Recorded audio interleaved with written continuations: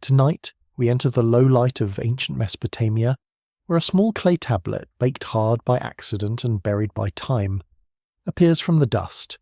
It is not gold, it is not a crown, it is only clay, pressed with tiny wedge-shaped marks by a reed stylus more than 4,000 years ago. Yet tablets like this, preserved in the collections of the British Museum, the University of Pennsylvania, and the Yale Babylonian Collection, have carried voices from Sumer into the modern world. Archaeologists and Assyriologists have spent generations reading them slowly, sign by sign, as though listening through a wall, and what they find is not always comfortable. So before you get comfortable, take a moment to like the video and subscribe, but only if you genuinely enjoy what I do here. And as the room grows quiet around you, write your location and local time below. Somewhere, someone else is listening in darkness too. You are standing now in a storage room of the earth. The air feels dry, almost powdery, as though the centuries themselves have been ground into dust. Clay fragments lie in trays.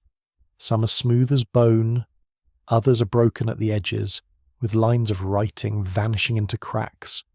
A modern scholar might lift one with careful fingers, turn it under a lamp, and see nothing dramatic at first. Just a list, a name, a ritual instruction, a fragment of a hymn.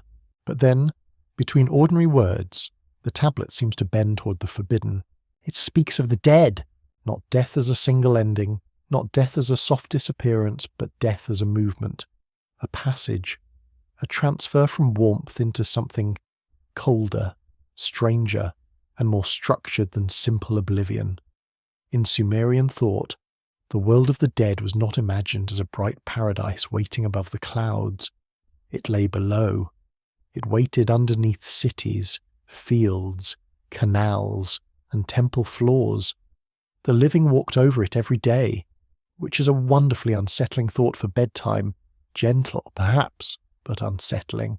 Records confirm that the Sumerians were among the first people to develop urban civilization in southern Mesopotamia, in what is now Iraq.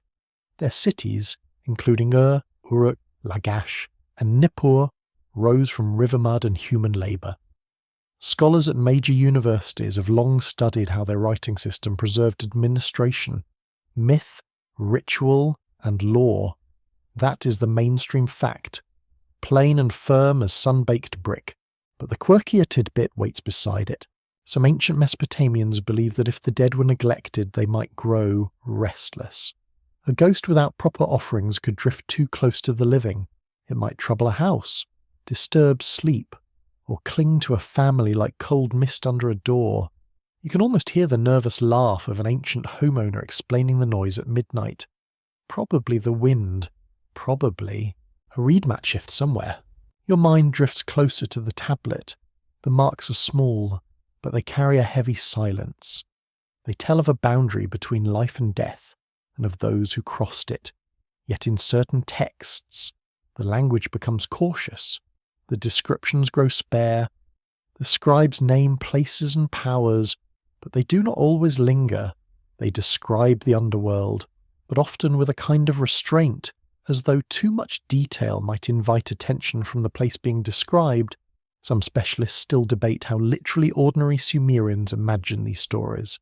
Were they sacred geography, ritual poetry, inherited myth, or all of these at once? The debate remains open, because ancient belief is rarely simple. A tablet can preserve words, but not the exact tremor in the hand that wrote them. You feel that limitation at once. A tablet is not a window, it is a keyhole. Through it, you glimpse a world of temple courtyards, scribal benches, oil lamps, and whispered recitation. You do not see everything. You see enough. The clay rests before you like a sealed mouth. The scribe who made it did not think of you. He did not imagine electric lights, climate-controlled archives, or someone listening far away while the night folds over their room. He worked with a reed stylus, wet clay, and a trained memory. Perhaps he sat in a scribal school, with other boys murmuring signs under the gaze of a stern instructor. Perhaps he copied older tablets whose words were already ancient to him. Perhaps his hand paused when the text turned downward, away from fields and festivals, toward the place where the dead were said to dwell. There is a scent here, if you allow it. It is the smell of damp clay, lamp smoke, warm reeds, and human skin in a room without much breeze. Outside, canals glimmer in the heat, donkeys complain in narrow streets, someone pounds grain, someone seals a jar, someone lifts water from the river. Life continues with all its practical noise, and beneath that noise waits the question nobody escapes. What happens when breath leaves the body?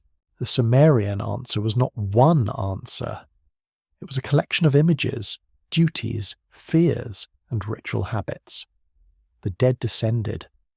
They entered a house below the earth. They became dependent in a way that seems almost painfully human. They needed remembrance and they needed offerings. They needed the living to keep speaking their names. A forgotten dead person was not merely gone. They were diminished. That idea is quiet but sharp. You can feel why scribes might approach such things carefully. Writing was powerful in Mesopotamia.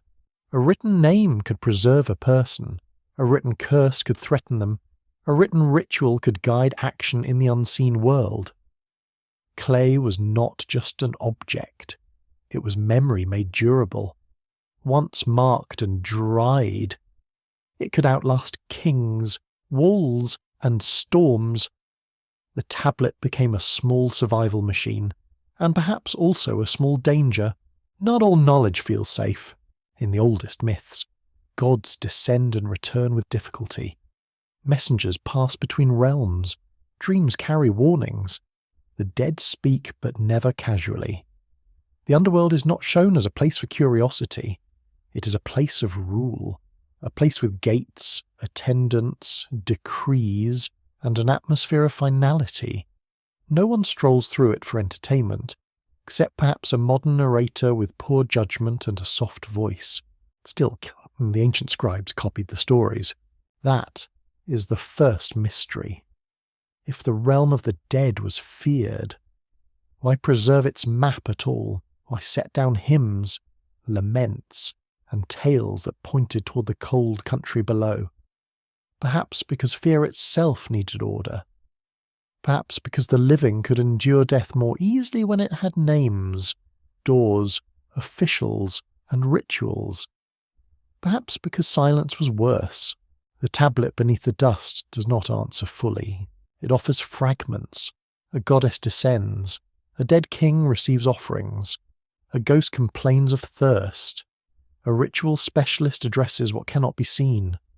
Each fragment is like a piece of pottery found far from its original vessel. You turn it in your mind and wonder what shape once held them together. The hidden truth is not that Sumerians solved death. They did not. The hidden truth is more subtle, and perhaps more human. They imagined death as a continuation of relationship. The living remained bound to the dead through food, water, memory, and fear. Families were not cut cleanly by burial. Houses had shadows. Names carried weight. The past pressed against the present, not as history in a book, but as a presence just beneath the floor. For a moment, it feels as though you are not reading a dead civilization. It is reading you, because the question in the tablet is still alive. It asks what remains when the body cools. It asks whether memory feeds something real, or only comforts those left behind. It asks why almost every civilization, no matter how practical, invents a road beyond the last breath. Even a people of irrigation schedules, barley accounts, and legal disputes still carved out space for ghosts. The clay knows this. The first tablet waits quietly. Its broken edge hides the missing line. Maybe the lost words described a ritual. Maybe they named a gate. Maybe they said something so ordinary that our imagination has made it mysterious. That happens with broken things. The mind completes them with shadows. Yet the silence matters too. Ancient scribes could write lists of sheep, beer, fields, workers, debts, and temple goods with astonishing precision. They could record the practical world until it nearly breathes again. But when they wrote about the passage between life and death, the mood changes. The page seems colder. The words become less like counting and more like listening at a door. You stay with that door. There is no need to open it quickly. The night is patient, and the clay has waited long enough. Somewhere under the cities of Sumer, beneath reed houses and temple platforms, beneath footsteps and flood silt, the old imagination spreads out like a dark plain. It is not empty. It is not welcoming. It is not fully described, and perhaps that is why the scribes feared it. You enter the city before the silence, and the first thing that reaches you is not a voice. It is heat. It lies over the land like a heavy cloth, pressing against roofs, courtyards, walls, and the backs of people moving slowly through the noon glare. The sun has not simply risen over southern Mesopotamia, it has taken possession. The city stands between rivers and marshes, built from mud brick and stubborn effort. Its walls are the colour of baked bread. Its streets are narrow, dusty, and alive with small sounds. Sandals scrape over packed earth. A donkey snorts beside a doorway. A potter turns wet clay in his hands. Somewhere, a child is being corrected by a tired mother. Somewhere else, a priest murmurs over a bowl of water, trying to persuade the unseen world to behave itself for once. That may be asking a lot. You walk through the streets of Sumer, and everything feels close. Houses lean toward one another, their walls thick against the heat. Doorways open into shaded rooms where reed mats cover the floor. The smell is layered and human. There is bread smoke, fish, beer mash, wool, sweat, river mud, and the faint sweetness of date syrup. Near the temple quarter, incense lifts in pale threads, and the air changes. It becomes sharper, quieter, more watchful. Here, the gods are not distant decorations. They are landlords of reality. A mainstream historical fact rests under this scene like a foundation stone. Archaeological work at sites such as Uruk, and Nippur has shown that Sumerian cities were organized around temples, workshops, storage rooms, and administrative offices. Researchers from institutions such as the University of Chicago, Oxford, and Yale have long examined tablets that record rations, offerings, labor teams, and temple estates. The result is not a vague legend of ancient mystery. It is a documented urban world, astonishingly practical and deeply sacred at the same time. That combination matters. The same society that counted barley with calm precision also worried about ghosts. The same scribes who listed sheep and jars of oil copied stories about gods descending into the earth. The same city that measured fields in dry administrative language imagined a hidden country beneath its own foundations. To modern ears, that may sound like contradiction. To them, it was probably Tuesday. The temple rises ahead. It is not yet the towering ziggurat of later imagination in its fullest form, but it already commands the eye. Platforms lift sacred buildings above the streets, as though the city itself is raising an offering into the sky. Brick stairs climb through brightness. Priests move in linen garments. Workers carry baskets. Temple servants pass in and out with the steady rhythm of a household that never sleeps. The god must be clothed. The god must be fed. The god must receive music, oil, grain, and attention. You begin to understand the scale of obligation. In this world, survival is not only irrigation and harvest. Survival is relationship. People depend on the gods depend on human service, and the dead depend on the living. Everything feeds something else. Canal water feeds barley. Barley feeds workers.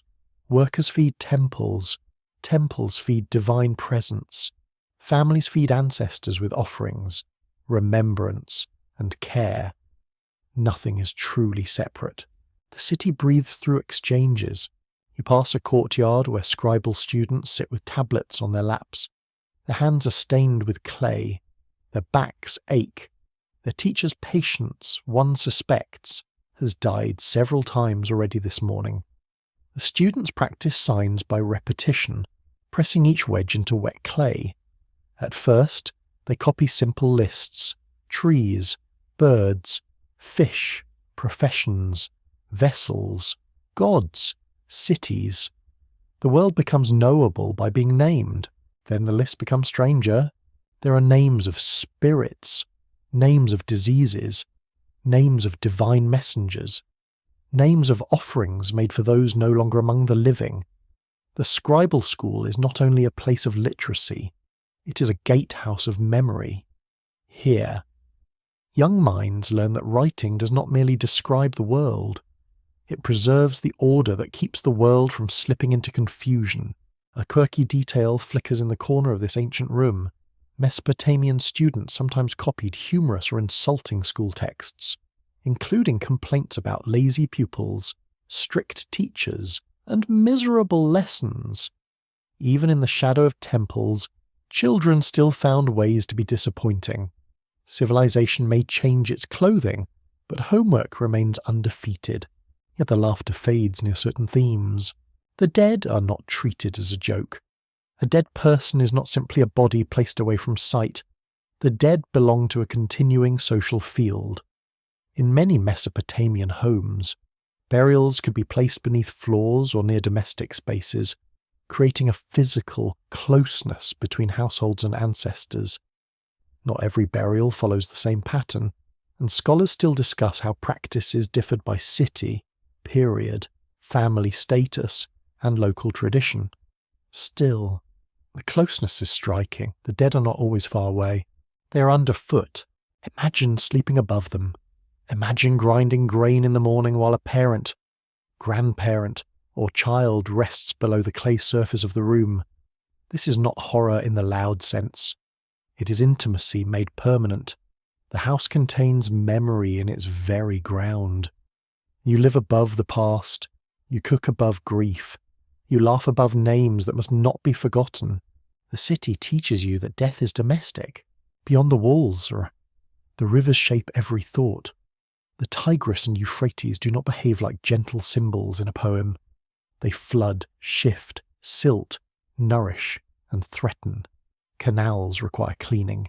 Fields require cooperation. A broken levee can ruin months of labour. In such a landscape, the boundary between order and disaster is thin. Perhaps that thinness helped shape the way Sumerians imagined the unseen world. Life itself seemed to depend on channels, gates, flows, and controlled passage. So did death. A scholarly debate still lingers around how much Sumerian underworld belief came from environment, ritual tradition, political structure, or inherited myth. Some researchers emphasize the physical landscape of marsh and river. Others focus on temple cult, ancestor offerings, and literary tradition. The answer may not choose one path. Ancient belief often grows like reeds in a flooded place, many stems rising from tangled roots. You hear water somewhere. It moves through a canal beside a street, sluggish and brown, carrying bits of straw and sunlight. A woman rinses a vessel at the edge. A man pushes a pole against a boat loaded with bundles. The river is ordinary and cosmic at once. It gives life, but it also leads away. Bodies, goods, prayers, and stories move along waterways. Nothing remains perfectly still. Even the dead travel, not in a cheerful way, not like travellers with packed bags and opinions about lodging, but in the imagination of Sumer. Death involved movement from the known surface world into an enclosed and shadowed domain. The path is not described with comforting softness. It is heavy with dust, dimness, and law. The living can perform rites. They can pour water. They can speak names. But they cannot cancel the journey. A bell-like sound touches the air, though it may only be metal striking metal in a workshop. You look toward the sound and see a craftsman hammering a tool. Each strike rings briefly, then vanishes. That is how the city feels at dusk. Many lives ring out at once, each bright for a moment, each swallowed by distance. The sky begins to cool. Shadows lengthen along brick walls. Smoke rises from cooking fires. Dogs nose through scraps. The temple's upper edges glow red. then purple, then grey. In doorways, families gather. Someone pours beer, someone tells a story. Someone remembers a dead relative and speaks the name with care, because names are fragile vessels. Once broken, they do not always return. You feel the city settling. This is not silence yet. It is the hour before silence, when daily noise withdraws and older fears find room to breathe. Inside houses, lamps are lit. Their flames are small, trembling, almost nervous. The walls hold the warmth of the day. Beneath the floors, the dead wait in whatever form the living imagine them. Above the roofs, stars appear over the plain, indifferent and exact. The city is alive, but it is built over endings. That is the secret shape of it. Sumer is not only mud brick, barley, temples, and river trade. It is a civilization listening downward. Its people raise their eyes to gods on high platforms, yet their memories sink beneath their feet. Between those directions, sky above and dead below, human beings carry food, fear, work, love, and questions. You stand there as the lamps flicker. The city before the silence does not explain itself. It lets you feel its order. It lets you smell its smoke and dust. It lets you hear reeds tapping against canal water in the dark. Somewhere, a scribe presses a final mark into clay. Somewhere, a family leaves a small portion for the dead. The night receives everything. A young scribe sits in the half-shade of a schoolroom, where the morning light falls in pale bars across the clay floor. His tablet rests on his knees. It is still damp enough to receive the signs, yet firm enough to resist a careless hand. Beside him, other students bend over their own tablets, shoulders rounded, lips moving silently as they shape the world into wedges. The room smells of wet clay and reed dust. Outside, the city continues its patient noise.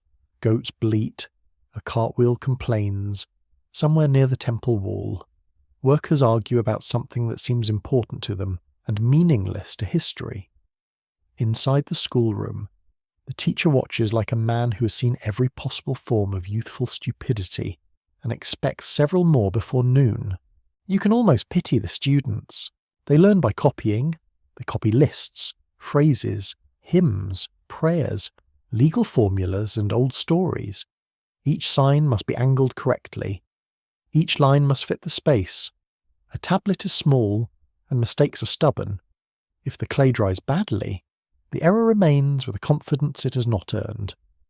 The young scribe presses too deeply once, winces, smooths the surface with his thumb, and tries again. Writing is physical here. It is pressure, rhythm, posture, memory, and discipline. The reed stylus bites into the tablet with a soft clicking sound.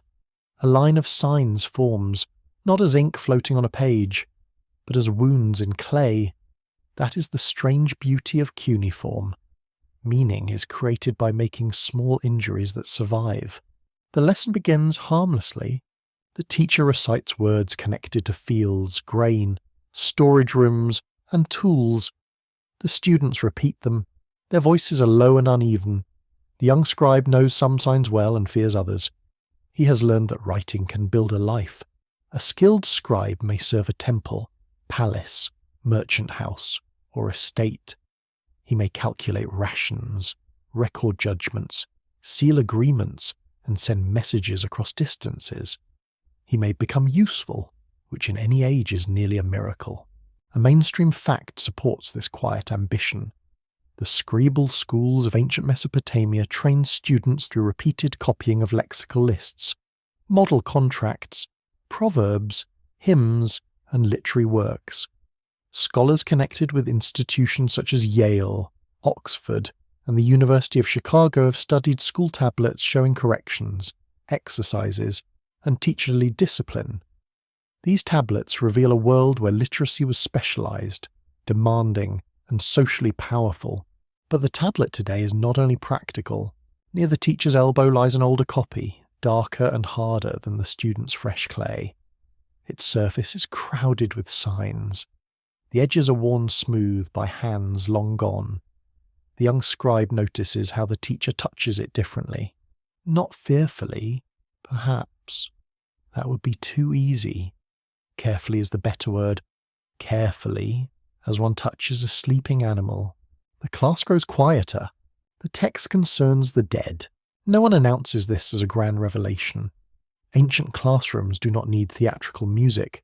The teacher simply begins to dictate lines that have been copied before, and the students follow. The young scribe recognizes names of divine powers. He recognizes signs for earth, house, dust, food, water, and command. Then comes a phrase he has heard adults lower their voices around. His stylus pauses. The teacher sees it. The correction is immediate but not loud. The scribe is told to continue. He presses the signs into the clay, one after another, as though walking across a narrow bridge.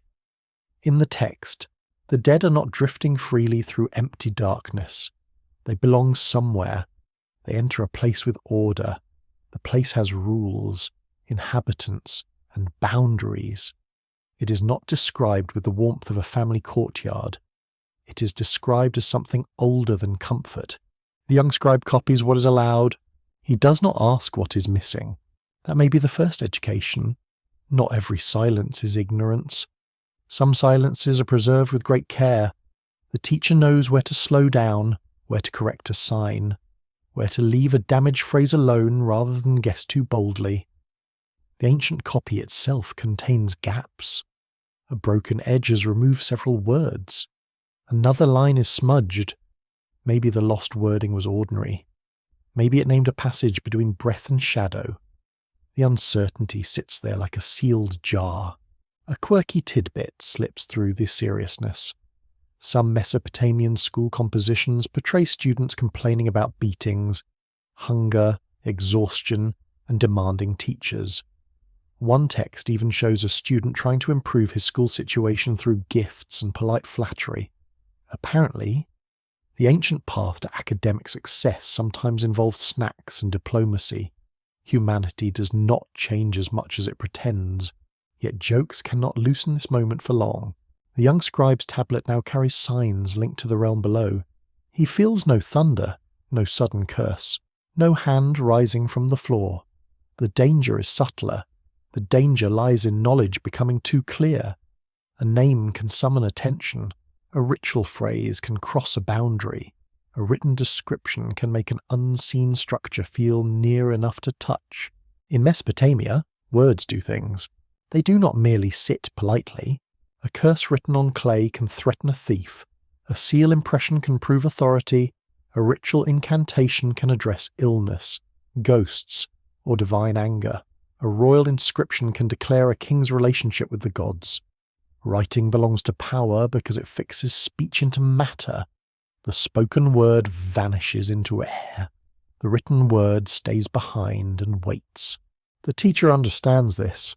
He teaches signs, but he also teaches caution. The dead must be acknowledged without inviting disorder. Spirits must be named when necessary, not out of curiosity. A ritual specialist may speak certain words in certain ways for certain purposes.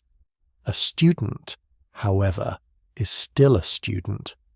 His mind may wander, his hand may slip, his imagination may run ahead of his training, which is exactly the sort of thing older people have feared since time began. The open scholarly debate is delicate here. Some experts argue that scribal restraint reflects religious taboo and ritual caution. Others suggest it may reflect literary style, damaged transmission, or the simple limits of what surviving texts preserve. It is possible that fear, training, and genre all work together, leaving us with writings that feel both informative and guarded. The young scribe looks at his line again. He has copied a passage describing a place no living person returns from in ordinary experience. Yet the text exists because people needed to speak about it. Families needed rituals, priests needed formulas, storytellers needed myth, kings needed funerary memory. The dead required placement inside the moral and cosmic order. Without words, death would remain too shapeless. So the scribes gave it a shape. Not a comforting one. The underworld in these copied lines is not a garden of reunion. It is a house of dust, a domain of restraint, a place where the dead are reduced and gathered. It is not necessarily punishment. That is important. It is more like a cosmic condition. To die is to enter another order, not to stand before a simple scale of reward and blame. The young scribe may not think this through like a philosopher. He only feels the chill of the signs. His hand grows tired. The clay tablet is filling. Lines of writing sit in neat rows, each one carrying inherited knowledge. The teacher moves behind the students, inspecting their work. He stops at the young scribe's tablet and points to one sign. It is wrong. Not terribly wrong, but wrong enough. The student smooths a small patch and rewrites it. The correction leaves a faint scar. There is always a scar. The lesson ends when the teacher says it ends. The students set their tablets aside. Some will be dried for review. Some may be discarded or recycled while still damp. The older master copy remains separate, hard and dark, like a stone from another age. The young scribe glances at it once more before leaving. He has copied a doorway. He has not entered it. Outside. Light floods his eyes. The city smells of baked brick, oil, dung fuel, and warm bread. A friend speaks to him, but his attention stays with the tablet. He thinks of the dead beneath house floors. He thinks of offerings poured into dust. He thinks of lines left broken, words not restored, meanings approached but not seized. The lesson follows him home. At dusk, he passes a doorway where an old woman pours water into a small place in the ground. She does it without drama. Her face is calm, practiced, and tired. She may be honouring someone whose name still matters. She may be keeping peace with a presence no one wishes to offend. The young scribe lowers his eyes and walks on. The forbidden line is not forbidden because it is unknown. It is feared because it is near. The descent nobody escapes begins without spectacle, because death rarely needs spectacle to change everything. It enters a room quietly. It changes the sound of breathing. It alters the faces of those gathered nearby. A body that once argued, laughed, worked, sweated, and asked for more beer suddenly becomes still. The city outside continues as though nothing sacred has been interrupted. That is always the insult. You stand inside a house where the air feels thick with smoke, grief, and clay dust. A lamp burns near the wall. Its flame bends whenever someone passes. The floor has been swept clean, but the room does not feel clean. It feels waiting. A family gathers around the body of a man whose name will soon matter in a different way. He's no longer only father, brother, husband, neighbour, debtor, worker, or friend. He's becoming one of the dead. The change is not instant in feeling. It takes time for the living to understand. Hands prepare the body. Cloth is arranged. Objects may be placed nearby, depending on wealth, custom, and household practice. The gestures are careful, not theatrical. There is sorrow, but also procedure. People know what must be done, because the dead cannot be left unattended. A neglected body is not merely sad. It is dangerous to the order of the house, the family, and perhaps the unseen world below. Ancient Mesopotamian burials varied by period and place, yet excavations at sites such as and other southern cities show that many dead were placed in graves, chambers, jars, or spaces connected with domestic life. Archaeologists from major research institutions have studied grave goods, burial positions, and household contexts to understand how people managed the transition from living person to ancestral presence. The evidence is material, quiet, and deeply human. A bead near the ribs, a cup beside the hand, a seal, a blade, a small vessel waiting in darkness. These objects do not shout their meaning. They whisper possibilities. Perhaps they mark status. Perhaps they assist the dead. Perhaps they comfort the living. Perhaps they do all three, because grief is never a simple language. It speaks in objects when words fail. The Sumerian underworld does not rise before the dead like a shining reward. It waits below. In mythic language, it is often imagined as a great house, a land of no return, a realm entered by those whose breath has left them. The dead descend into a condition of shadow, dust, and reduced existence. They are not usually pictured singing forever in joy.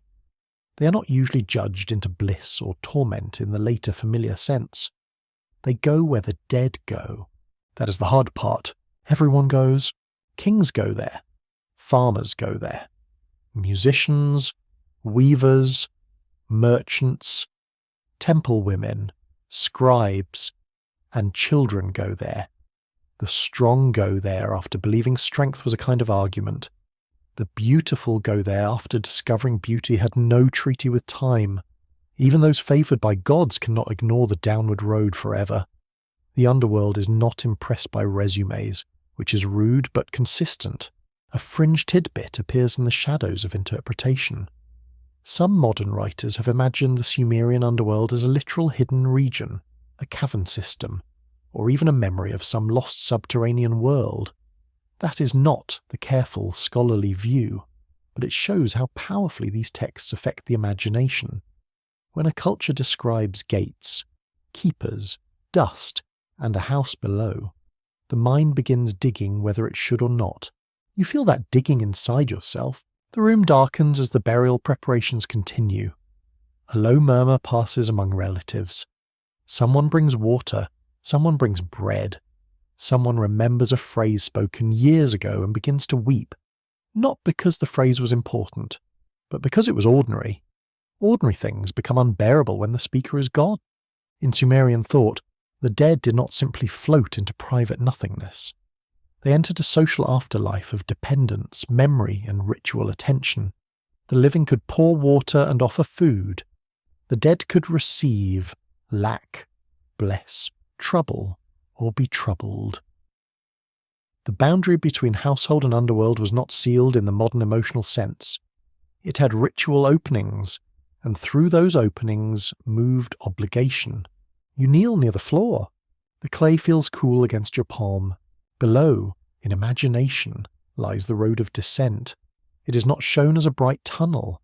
It is more like sinking through layers of human certainty. First, the body is still. Then the voice is gone. Then the name becomes something others must carry. Then the person becomes memory, and memory becomes duty. At last myth takes over, and the dead one belongs to the great below. Scholars still debate how the Sumerians understood the relationship between corpse, ghost, name, and underworld existence. Some interpretations emphasize a shade-like survival, dependent on offerings. Others stress family cult and social remembrance more than individual consciousness. The debate remains open because the texts are poetic, ritual, fragmentary, and separated from us by immense distance. You can feel why certainty would be dishonest. A tablet may say the dead eat dust, but ritual practice offers them water and food. A myth may speak of darkness, yet family care suggests connection. A lament may make the underworld sound hopeless, while ancestor rites imply that something can still be maintained. The dead are diminished, but not meaningless. They are gone, but not entirely absent. This is where the descent becomes unsettling. It is not a fall into chaos. It is an entry into order. The underworld has structure. It has a queen. It has attendants. It has gates. It has rules that even divine beings must respect. The dead are not wandering through endless emptiness. They are received into an ancient system, and systems are often more frightening than monsters. A monster might be tricked. A system simply continues. The family lifts the body. The movement is slow. Sandals shift softly. Someone exhales through their teeth. The doorway seems narrower than it did in life. Outside, evening has lowered itself over the city, and the sky glows with the last bronze colour of day. Neighbours step aside. They know what this procession means. They have seen it before. They will see it again. One day, others will see it for them. No one is exempt. That sentence settles like dust. The procession does not need drums or cries to feel immense. The dead man's body is carried through a world he knew intimately and now cannot answer. The wall he repaired last summer stands beside him. The threshold he crossed each morning lies beneath him. The familiar street, with its barking dog and uneven stones, becomes part of the passage. Death does not begin in some far supernatural country. It begins among the things one used every day. A jar, a mat, a cup, a door. The burial place receives him, whether grave, chamber, or domestic resting place. It becomes a point where the living world touches the lower one. Earth closes around the body. Clay returns to clay. In the most literal and merciless way, the people remain above, breathing, wiping their faces, suddenly aware of their own warmth. The underworld is still invisible, yet it feels nearer now. In Sumerian imagination, the land below is sometimes described with dust as food and clay as bread, a dim inversion of earthly life. It is not a place built to soothe the living. It is a place that tells them what mortality means when stripped of decoration. You may build cities. You may raise temples. You may press your name into clay. Still, the descent waits beneath the floor. The family returns to the house changed. The room is emptier, but not free of him. That is the strange tension. His body has gone into the earth, yet his presence may now require more care than before. He must be remembered properly. He must be included in ritual attention. His name must not be allowed to dry out like forgotten clay in the sun. The city resumes around them. Bread is baked, water is drawn, children complain, scribes make errors, merchants exaggerate, priests continue their careful duties. Life does not pause for the descent, because life is made from countless descents postponed. Every living person walks above the same hidden road. You step back into the cooling street. The first stars appear. The air smells of smoke, river mud, and crushed reeds. Somewhere, below the ordinary sounds of evening, the imagined underworld waits with its gates closed and its laws intact. It does not hurry. It does not call loudly. It simply receives, one by one, the names that the living are not ready to release. And everyone, eventually, is carried there. The queen below the earth does not enter the story like a gentle mother of the dead. She waits already enthroned in darkness, as though she has been there longer than memory, longer than cities, longer than the first trembling hand that pressed a sign into clay. Her name is Eresh Kegel, and even the sound of it seems to belong to a room without windows. You do not meet her in sunlight. You meet her where sunlight has no authority. The underworld she rules is not a kingdom of flames, nor a place arranged for dramatic punishment. It is older in mood than that. It is a house of earth and shadow, a domain where the dead gather in reduced form, stripped of noise, ambition, and surface brightness. There are no bustling markets here, no riverbank arguments, no temple courtyards ringing with labour. There is stillness, law, dust, and the presence of a ruler who does not need to raise her voice. That makes her more frightening. In Sumerian, and later Mesopotamian tradition, Ereshkigal appears as the great queen of the underworld, associated with the realm from which ordinary mortals do not return. Texts such as the Descent of Inanna preserve her role within a divine structure that scholars from leading universities and museum collections have studied through cuneiform tablets and later copies.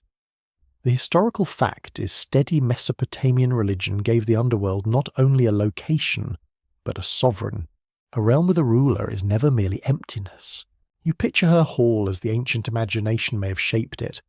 The walls are not polished marble. They are close, dark, and mineral cold. Dust settles without hurry. The air tastes old. Servants or attendants stand within the gloom, not moving unless commanded. Somewhere beyond the hall, the dead exist in their diminished condition, neither fully alive nor entirely absent. Their hunger is not the bright hunger of the living. It is thinner, sadder, and more permanent. Ereshkigal presides over that condition. She's not a villain in the easy sense. Ancient deities rarely agree to such simple jobs. She's a power of boundary, possession, and inevitability. What comes to her belongs to her. What enters her realm is subject to its laws. Even gods must take care when crossing into her domain.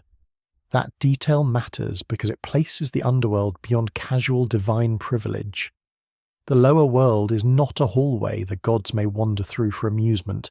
It is a court, and courts have rules. A peculiar tidbit clings to Ereshkigal's image. In later stories, she is sometimes linked with Nergal, a fierce god associated with plague and war, in a myth of confrontation, desire, and uneasy rulership. The pairing is strange and almost darkly humorous. The Queen of the Dead ends up with a consort who is hardly known for soft conversation. Ancient romance, it seems, could be complicated even underground. Still, her loneliness remains one of the most striking impressions. She rules a realm everyone reaches, yet no one wishes to enter. She possesses countless dead, yet companionship in such a place feels hollow. She is powerful, but power beneath the earth carries a bitter taste. When myths show her grieving, raging, or asserting authority, they do not make her small, they make her vast. Her emotions are not private moods, they are weather systems in a sealed world. You sense the weight of that. In the dim imagination of the ancient listener, Ereshkigal is the one who receives what the surface cannot keep. She receives kings after their monuments fail. She receives workers after their hands stiffen. She receives mothers whose children still call for them in dreams. She receives nameless people whose whole lives have vanished except for a bone, a bead, or a line on an accounting tablet. The underworld is crowded with endings, yet its ruler is singular. Scholars continue to debate how Ereshkigal's character developed across Sumerian, Akkadian, and later Mesopotamian traditions. Some emphasize her as an early chthonic sovereign, deeply rooted in southern religious imagination. Others trace how Scribal transmission, temple theology, and changing political cultures reshaped her image through time. The question remains open because the surviving texts are scattered like broken pottery across centuries. That uncertainty suits her. She should not be too easily known. A god of the sun can be watched rising each morning, brilliant and undeniable. A storm god announces himself with thunder. A fertility goddess may be imagined through fields, wombs, gardens, and abundance. But Ereshkigal belongs to the place no living eye surveys. Her authority is inferred through loss. She is known because people disappear. That is a terrible kind of evidence, and the world provides it daily. A door closes somewhere in the dark. You imagine a scribe writing her name and feeling the pressure of the sign. The name is not decorative. It is a recognition of power. To name the queen below the earth is to admit that death has governance. It does not operate as random darkness alone. It has an address, a throne, a legal atmosphere. The dead are not merely scattered. They are held. This may be why her kingdom unsettles the living so deeply. Chaos can be resisted with courage, luck, or weapons, but order cannot be fought in the same way. An ordered underworld means death is not a mistake in the system. It is part of the system. It has administration, rank, passage, and authority. In a civilization that recorded grain and labour with sharp precision, even death could be imagined as entering another register. That thought is cold. It also explains the ritual care surrounding the dead.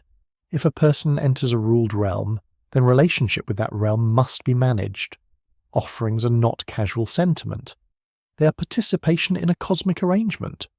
Water poured for the dead is a small act against abandonment. Bread given in memory is a gesture across a border. A name spoken aloud is a thread thrown downward. Ereshkigal hears none of this like a sentimental grandmother. She is the queen of limits. The living may plead, remember, and pour libations, but they cannot overrule her. They may maintain the dead, but they cannot restore ordinary life. The realm below accepts gestures without surrendering its claim. This is not cruelty in the mythic imagination. It is structure. The great below remains itself, no matter how tenderly a family mourns above it. Your mind lingers on her throne. Perhaps it is made of earth. Perhaps of darkness. Perhaps it is not described because the scribes knew better than to furnish what should remain unseen. Around her, the air is thick with the silence of all those who have stopped breathing. A ruler of such a place needs no crown of gold. The entire underworld is her crown. The image is severe but strangely honest. Ancient Sumerian thought does not flatter the listener with easy escape. It gives death a queen who is sorrowful, dangerous, lawful, and immense. It allows grief to become geography. It allows fear to become theology. It places a female sovereign at the centre of what everyone must face. And there she remains, not asking to be liked. A faint scent rises in your imagination, like cold stone after rain. The hall of Ereshkigal holds the dead, but it also holds a lesson for the living. Everything above ground is temporary arrangement.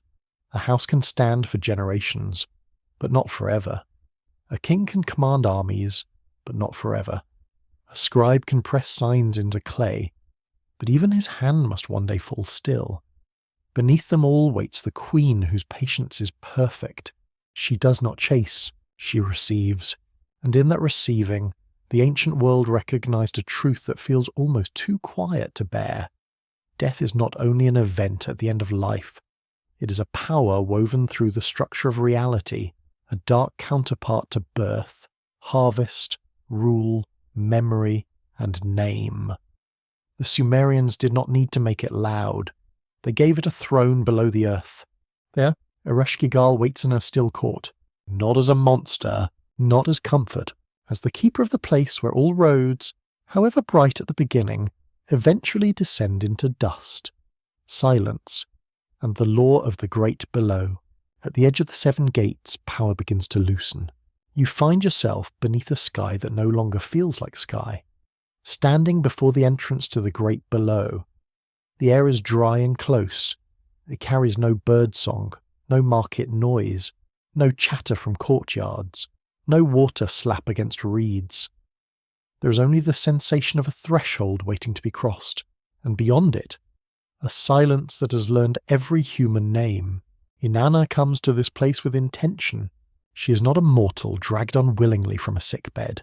She is a goddess of fierce presence, associated with love, conflict, kingship, desire, and the dangerous brightness of life itself. In the Sumerian poem often called The Descent of Inanna, she leaves the upper world and travels downward toward the realm of her sister, Ereshkigal. The text survives through cuneiform tablets studied in major museum and university collections, and it remains one of the most haunting works from ancient Mesopotamia. It is a story about entering what should not be entered. Inanna does not arrive empty. She comes adorned with signs of office and power. A crown rests upon her head. Ornaments cling to her body. Garments and divine objects mark her status, her identity, her authority. She is not simply dressed. She is constructed as herself, layer by layer, with everything that tells the world who she is and why she matters. The first gate waits. The gatekeeper asks why she has come. That question is more than polite procedure. In the underworld, nothing moves without recognition. Entry requires naming, purpose, and permission. Even a goddess must answer. The great below does not care for confidence unless confidence follows the rules. One might say the underworld has excellent administrative discipline, which is deeply annoying and somehow very Mesopotamian. Inanna is allowed to pass, but something is taken. At the first gate, one part of her splendour is removed. At the second, another. At the third, another still. Each gate strips away an ornament, a garment, a symbol of rank. She asks why this is done, and the answer is steady. The decrees of the underworld are perfect. No one may question them. It is a sentence with the cold weight of a locked door. You feel the pattern forming. Gate by gate, the goddess is reduced. The descent is not only travel through space, it is an unravelling. The crown is not merely jewellery, it is status. The beads are not merely decoration, they are identity made visible. The robe is not merely cloth, it is dignity, office, beauty, and presence. Each removal makes Inanna less protected by the meaning she carried from above.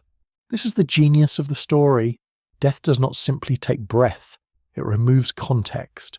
It takes the voice people recognise, it takes the body as it was known, it takes titles, gestures, favourite sayings, familiar clothing, and all the social brightness that surrounds a living person. The dead may still have a name, but the living form of that name has been stripped away. Inanna experiences this in divine form. A mainstream historical fact stands clearly here. The descent of Inanna is among the earliest known literary explorations of a journey into the underworld, preserved in Sumerian through old Babylonian scribble copies. Scholars at institutions such as Oxford, Yale, and the University of Pennsylvania have examined the poem as a key text for understanding Mesopotamian religion, gendered divine power, and underworld belief. It is not a marginal curiosity. It is central to the ancient imagination. Yet the poem does not behave like a simple lesson. It is stranger than that. A quirky fringe tidbit has attached itself to Inanna for more than a century of modern speculation. Some alternative writers have imagined her descent as an encoded astronomical event, a ritual memory of Venus disappearing from the sky, or even a hidden initiation drama from a lost priesthood. Careful scholarship handles such claims cautiously, but the association with Venus is not imaginary. Inanna was linked with that brilliant wandering star, which vanishes and returns in the heavens with eerie regularity. You can see why people wonder. A bright goddess disappears into darkness. Later, she returns. In the sky. The planet associated with her vanishes near the sun and reappears in another phase. Myth and astronomy seem to look at one another across the centuries. Whether the poem was meant to encode that cycle directly remains debated, but the resonance is difficult to ignore. At the fourth gate, another piece is taken. At the fifth, she's thinner in meaning. At the sixth, the goddess who entered with splendour approaches nakedness. Not nakedness as spectacle, not embarrassment, not anything crude. Rather, nakedness as truth without protection. Everything that can be removed has nearly been removed. Nothing borrowed from status can pass fully into the underworld. The seventh gate opens. Inanna enters without her adornments. Now she stands before Ereshkigal and the powers of the great below. She is no longer the dazzling figure of upperworld authority. She is exposed to the laws of a place that recognizes no exception. The judges of the underworld look upon her. The ancient text moves with ritual severity. Inanna is condemned, struck down, and hung like a lifeless thing. It is a brutal image, but not noisy. It is the stillness that unsettles. The goddess of life's fierce abundance becomes an object in the land of the dead.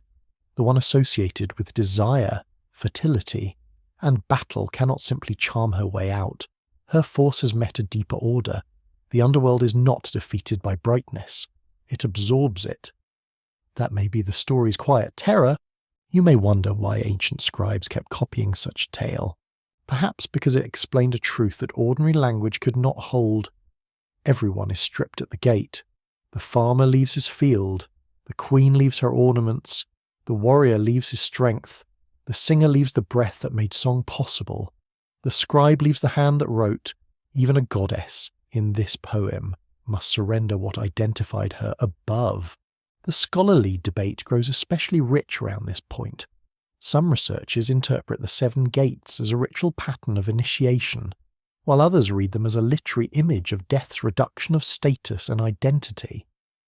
Another line of interpretation emphasizes political theology, seeing the poem as a meditation on competing divine powers and cosmic jurisdictions. None of these paths fully exhaust the story. That is why it remains alive. The poem is not merely about Inanna, it is about the architecture of loss. Each gate is a question, What are you when your office is gone? What are you when beauty is gone? What are you when your jewellery, clothing, reputation, and arguments are gone? What are you when even your body no longer obeys you? The answer is not given quickly. The text lets the stripping happen slowly. That slowness matters for a listener in the dark. It teaches that death is not only a final instant, but a sequence of surrender. Some surrenders happen before burial. Age removes one ornament, illness removes another, grief removes another, exile, poverty, humiliation, and memory all have their little gates. Human life practices descent long before the final doorway. A soft scraping sound seems to come from the gateposts. Perhaps it is only imagination.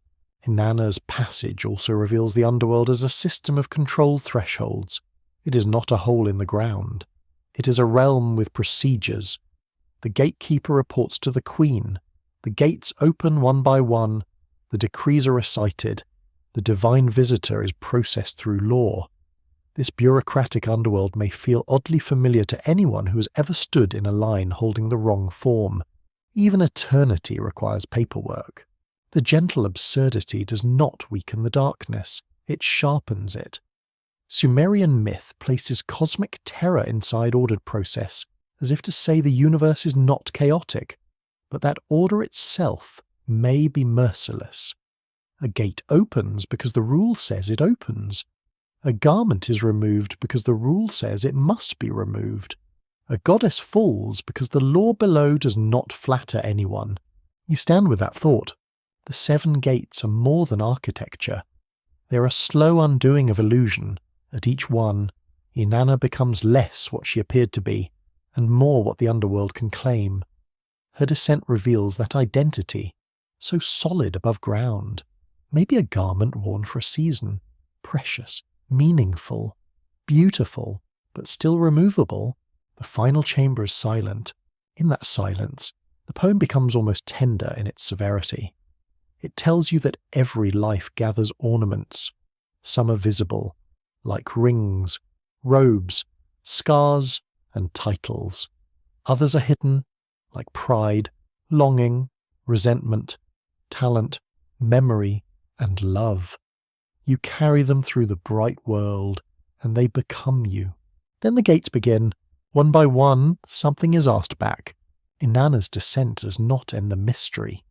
It deepens it. For if even a goddess can be stripped into stillness, then the boundary between life and death is not merely a place below the earth. It is a law written through existence itself. The living are always assembled. The dead are always disassembled. Between those two conditions stands the gatekeeper, asking the oldest question with patient authority. Why have you come?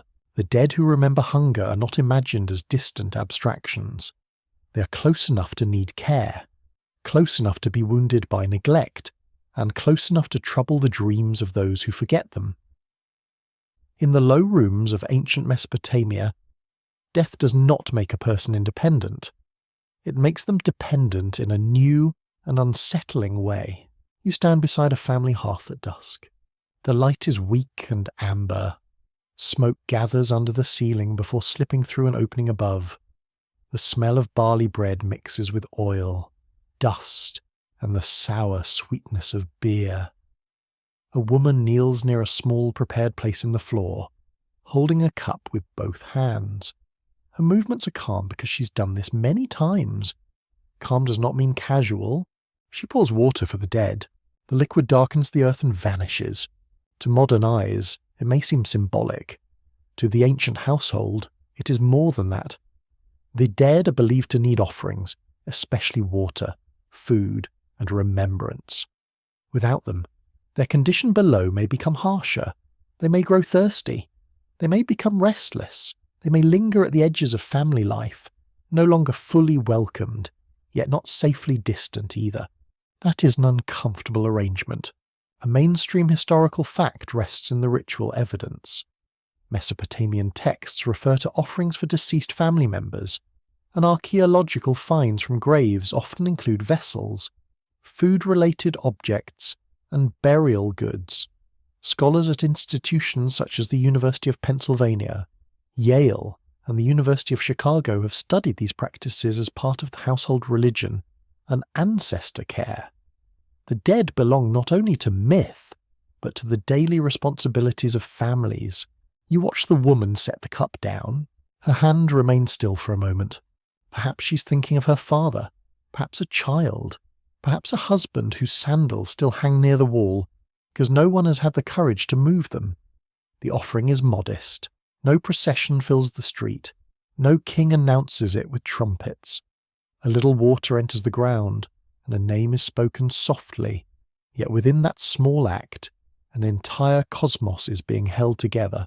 The living feed memory. Memory feeds the dead. In Sumerian and broader Mesopotamian thought, the afterlife could be bleak for those without descendants or proper rights. A person with many sons might receive regular offerings. A person without family might suffer deprivation.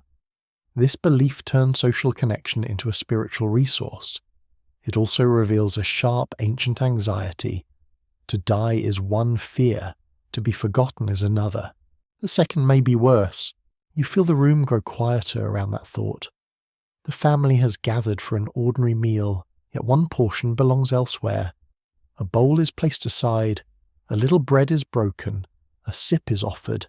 This is not waste, it is maintenance. The dead must remain inside the circle of care, though they no longer sit upright among the living. A quirky tidbit appears through the clay dust of scholarship. Some Mesopotamian ghost texts describe spirits complaining about lack of funerary offerings, as though even the dead could file a domestic grievance. There is something almost darkly comic in that. Imagine trying to sleep while an offended ancestor insists the ritual water service has become unacceptable. Family expectations, apparently, may survive the grave. The humour is small. The fear behind it is not. A hungry ghost is not merely a sad image. It expresses the danger of broken obligations.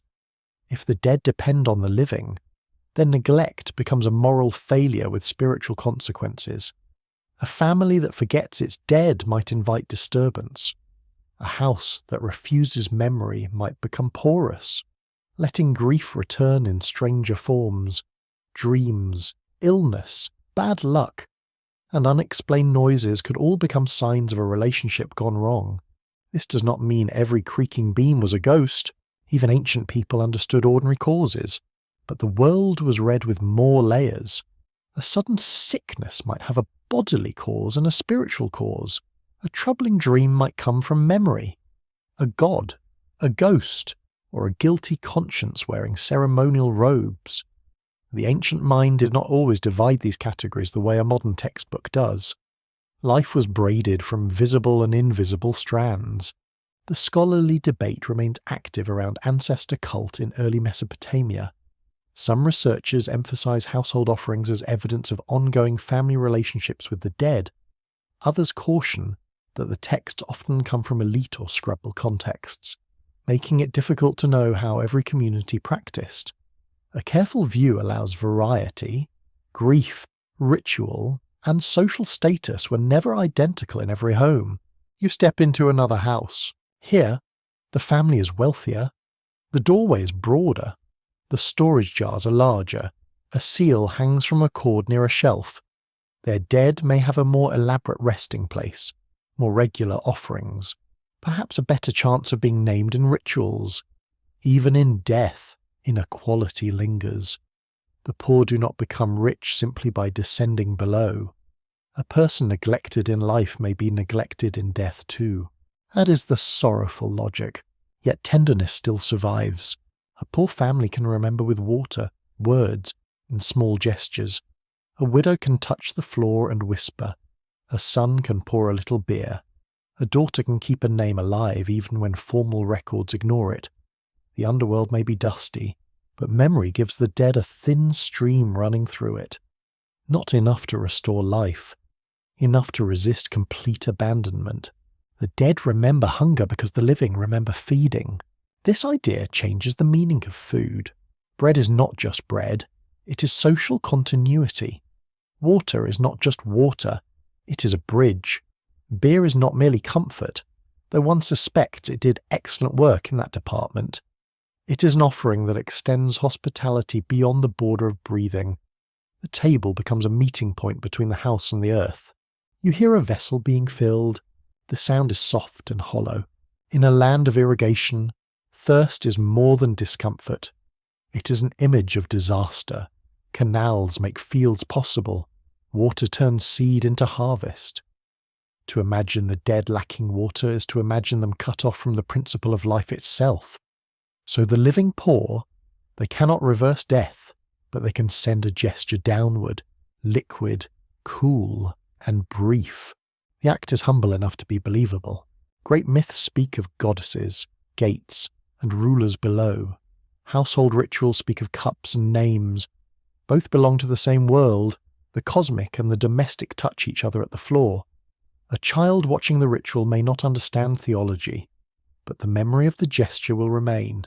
The cup tilts, the water falls, the adult voice lowers, the dead are near.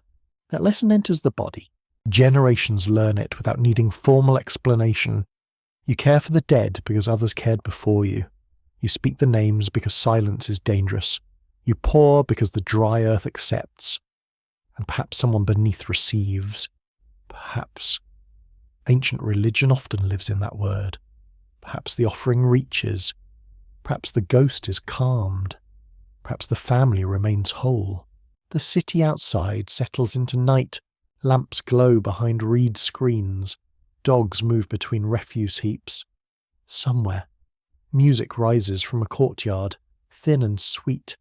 Somewhere else, a sick man dreams of his mother and wakes with tears on his face. The living world is full of appetite. People hunger for bread, touch, power, rest, praise, and forgiveness. The dead hunger too, though in a form reduced to ritual signs. You begin to understand the fear of forgetting. A forgotten person dies twice. First, breath leaves the body. Later, the name leaves the household. The second death has no funeral, no formal lament, no gathered relatives. It happens quietly when no one tells the story anymore. A cup is not poured. A place is not kept. A name becomes too faint to summon. The Sumerians felt that danger deeply. Their tablets preserved kings and gods. But household ritual preserved those who never ruled anything except a stubborn goat and a few tired children. That is the gentler side of this dark belief. It gives ordinary love cosmic weight. To remember the dead is not merely private mourning. It is participation in the maintenance of the world. The woman by the hearth rises. Her knees ache. The cup is empty. The earth has darkened, then slowly begins to dry. The family meal continues. Someone breaks bread. Someone laughs softly at a remark that is only mildly funny, which is often the safest kind. The dead have been acknowledged, and the house can breathe again for another night. Under the floor, silence remains, but it is not abandonment. It is a silence touched by water, by grain, by names, and by the steady hands of those who understand that death changes duty, but does not end it. In that small domestic ritual, the living admit what the tablets only partially reveal. Between the warm meal and the cold earth, there is a bond that must be fed. Ghosts in the cracks of houses do not announce themselves with thunder. They arrive through smaller disturbances, the sort a tired person notices only after sunset. A reed screen shifts when no wind has entered. A lamp flame leans too far to one side. A dream leaves behind the sensation of cold fingers on the wrist. In ancient Mesopotamia, the dead could become a problem of architecture. You stand in a narrow room after dark. The walls are made of mud brick, thick and uneven beneath a thin layer of plaster. The floor has been swept, but dust still gathers along the edges where wall and earth meet. A sleeping mat lies near one corner. A storage jar rests near another.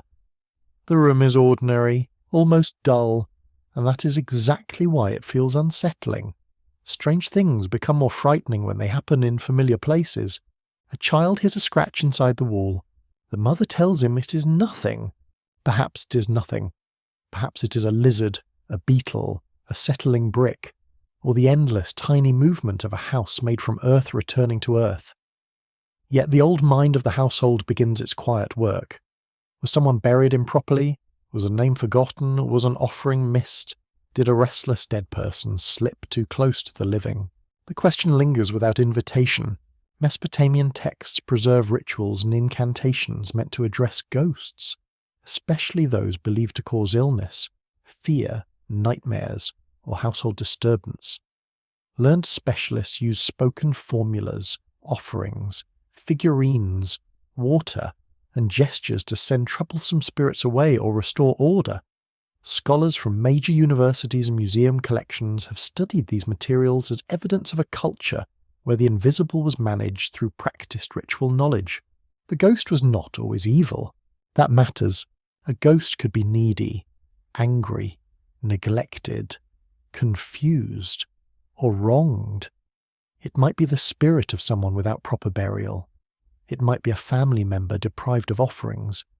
It might be a stranger, a victim, a person whose death left disorder behind. The ancient world did not always imagine spirits as dramatic villains.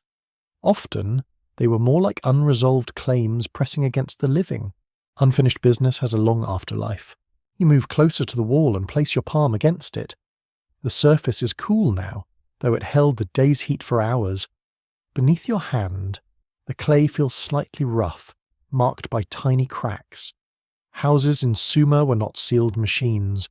They breathed dust, insects, smells, smoke, and memory, doorways, roofs, drains, and floor spaces created openings between inside and outside, clean and unclean, living and dead. A ghost belonged to those openings. It entered where boundaries weakened. A quirky tidbit waits in the ritual imagination. Some Mesopotamian ghost remedies involve making small figurines or symbolic substitutes, treating them as if they could receive or redirect spiritual trouble. The idea feels oddly practical, almost like giving a difficult visitor a convincing fake address. Please take your complaint there. The household is busy. That little smile fades quickly, because for the family inside the house, a ghostly disturbance could mean sickness. It could mean wasting, sleeplessness, anxiety, or repeated misfortune. Ancient medical and magical texts often blended bodily observation with spiritual explanation. A patient might be treated with herbs and bandages, but also with incantations addressing gods, demons, ghosts, or curses. The body was not isolated from the unseen world. The night deepens. A man lies awake on his mat, listening. He has worked all day near a canal, carrying mud, repairing a bank, arguing with a foreman who possesses the charm of a bitten sandal. His muscles ache. He should sleep. Instead, his mind returns to the sound near the threshold, a faint tapping, a whisper in the mud brick, a dream from the previous night in which his dead brother stood at the door and would not come in. The dream troubles him most. In Mesopotamian belief, dreams could carry messages from gods, warnings, or contact with the dead. Not every dream was sacred, and surely some were just the result of too much beer or bad fish. Still, repeated dreams of a dead person could not be dismissed easily. The household might consult someone skilled in ritual knowledge. It was better to be careful than haunted and smug. No one enjoys being wrong in the dark. The specialist arrives at dawn. He carries objects that seem modest rather than spectacular. Water, flour, oil, perhaps wool, clay, or a small crafted image. His authority does not come from shouting. It comes from knowing the correct words and sequence. Ritual works through order. The ghost is addressed, identified if possible, appeased, redirected, or commanded away. The living are not helpless, but neither are they careless. Here, scholarship remains cautious. Some researchers interpret ghost rituals as evidence of widespread fear of the unquiet dead. Others emphasize that ritual texts represent trained specialists and may not reflect every household's ordinary thinking. A third approach sees these practices as part of broader healing systems, where emotional distress, grief, and illness were given meaningful forms. The debate stays open because fear leaves traces, but not always explanations. You watch the ritual unfold, water is sprinkled, words are spoken.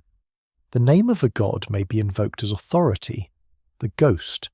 Whether present in the room or present in the minds of the family is given attention. This is important. The disturbance is no longer shapeless. It has been named, placed, and acted upon. Even if fear remains, fear has been given a script. A script can be a shelter. The cracks in the house seem less threatening by daylight. Sun enters through the doorway, pale and dusty. The child who heard the scratching now eats bread with both hands, apparently recovered from cosmic terror. The mother watches him, still uneasy. The father says little. Everyone pretends ordinary life has returned because ordinary life is the bravest performance humans give. Yet the house remembers. A home is not merely walls and roof. It is a container of sleeping bodies, stored grain, whispered arguments, births, fevers, meals, and mourning. When someone dies, the house does not instantly forget the shape of that person. A corner may still feel occupied. A cup may seem to wait for a hand. A doorway may hold the habit of a footstep. Ghost belief gives form to that strange survival of presence.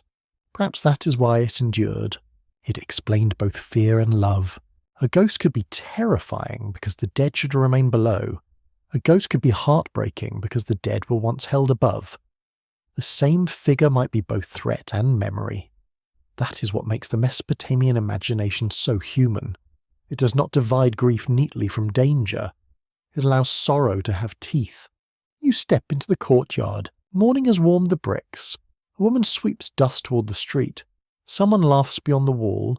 A goat attempts to eat something it has definitely been told not to eat, continuing a tradition older than empire. The world is ordinary again, which is never proof that nothing happened. It only proves that life insists on continuing. The cracks remain. They run through walls, floors, memory, and sleep. They are the small openings through which the dead might return, or through which grief might speak in a voice the living can bear to hear. Ancient scribes wrote of ghosts because households needed protection, but also because memory was unruly. Not every dead person stayed where ritual placed them. Not every sorrow obeyed the floor. As evening returns, the room changes again. The same wall that looked harmless at noon becomes darker along its base. The lamp is lit. Its smoke curls upward and stains the air. The child glances toward the corner, then away. The mother pours water carefully. The father listens while pretending not to listen. Somewhere beneath the clay surface of the world, the dead remain in their proper country. Unless they do not, that is the soft fear. Not loud, not monstrous. Just the possibility that the boundary is thinner at night, thinner in grief, thinner where offerings fail, thinner where names are forgotten. A house can keep out weather, animals, thieves, and strangers. It cannot always keep out memory, and sometimes, in ancient Sumer, memory came walking through the cracks. The judges in the gloom do not appear beneath bright banners or polished law codes. They belong to a darker court, one imagined under the earth, where speech is slower and every decision feels older than the speaker. In Sumerian thought, the dead did not pass into a vague mist without structure. They entered a place where authority already waited. You stand at the edge of that imagined court. The air is cold and unmoving. Dust lies on the ground like grey flour. No torch burns strongly here. Light seems embarrassed to have arrived at all. In the distance, shapes gather, not quite bodies and not quite shadows. Some are attendants, some are powers, some may be the dead themselves, reduced to forms that no longer carry the warmth of ordinary life. Then you sense the presence of officials. This is what makes the underworld so quietly disturbing. It is not only dark, it is organized. Gates have keepers, thrones have rulers, messengers carry commands. divine figures sit in judgment, not necessarily in the later moral sense of reward and punishment, but as part of an immense administrative order. Even below the earth, the ancient Mesopotamian mind imagined rank, procedure, and decree. A mainstream historical fact supports this pattern. Sumerian and Akkadian texts preserve references to underworld deities, gatekeepers, judges, and record-keeping powers connected with death and destiny. Scholars working with collections at Yale, the British Museum, the University of Pennsylvania, and the University of Chicago have examined how Mesopotamian religion placed cosmic order inside both temple ritual and mythic geography. Order continues below. That may be the most unsettling part.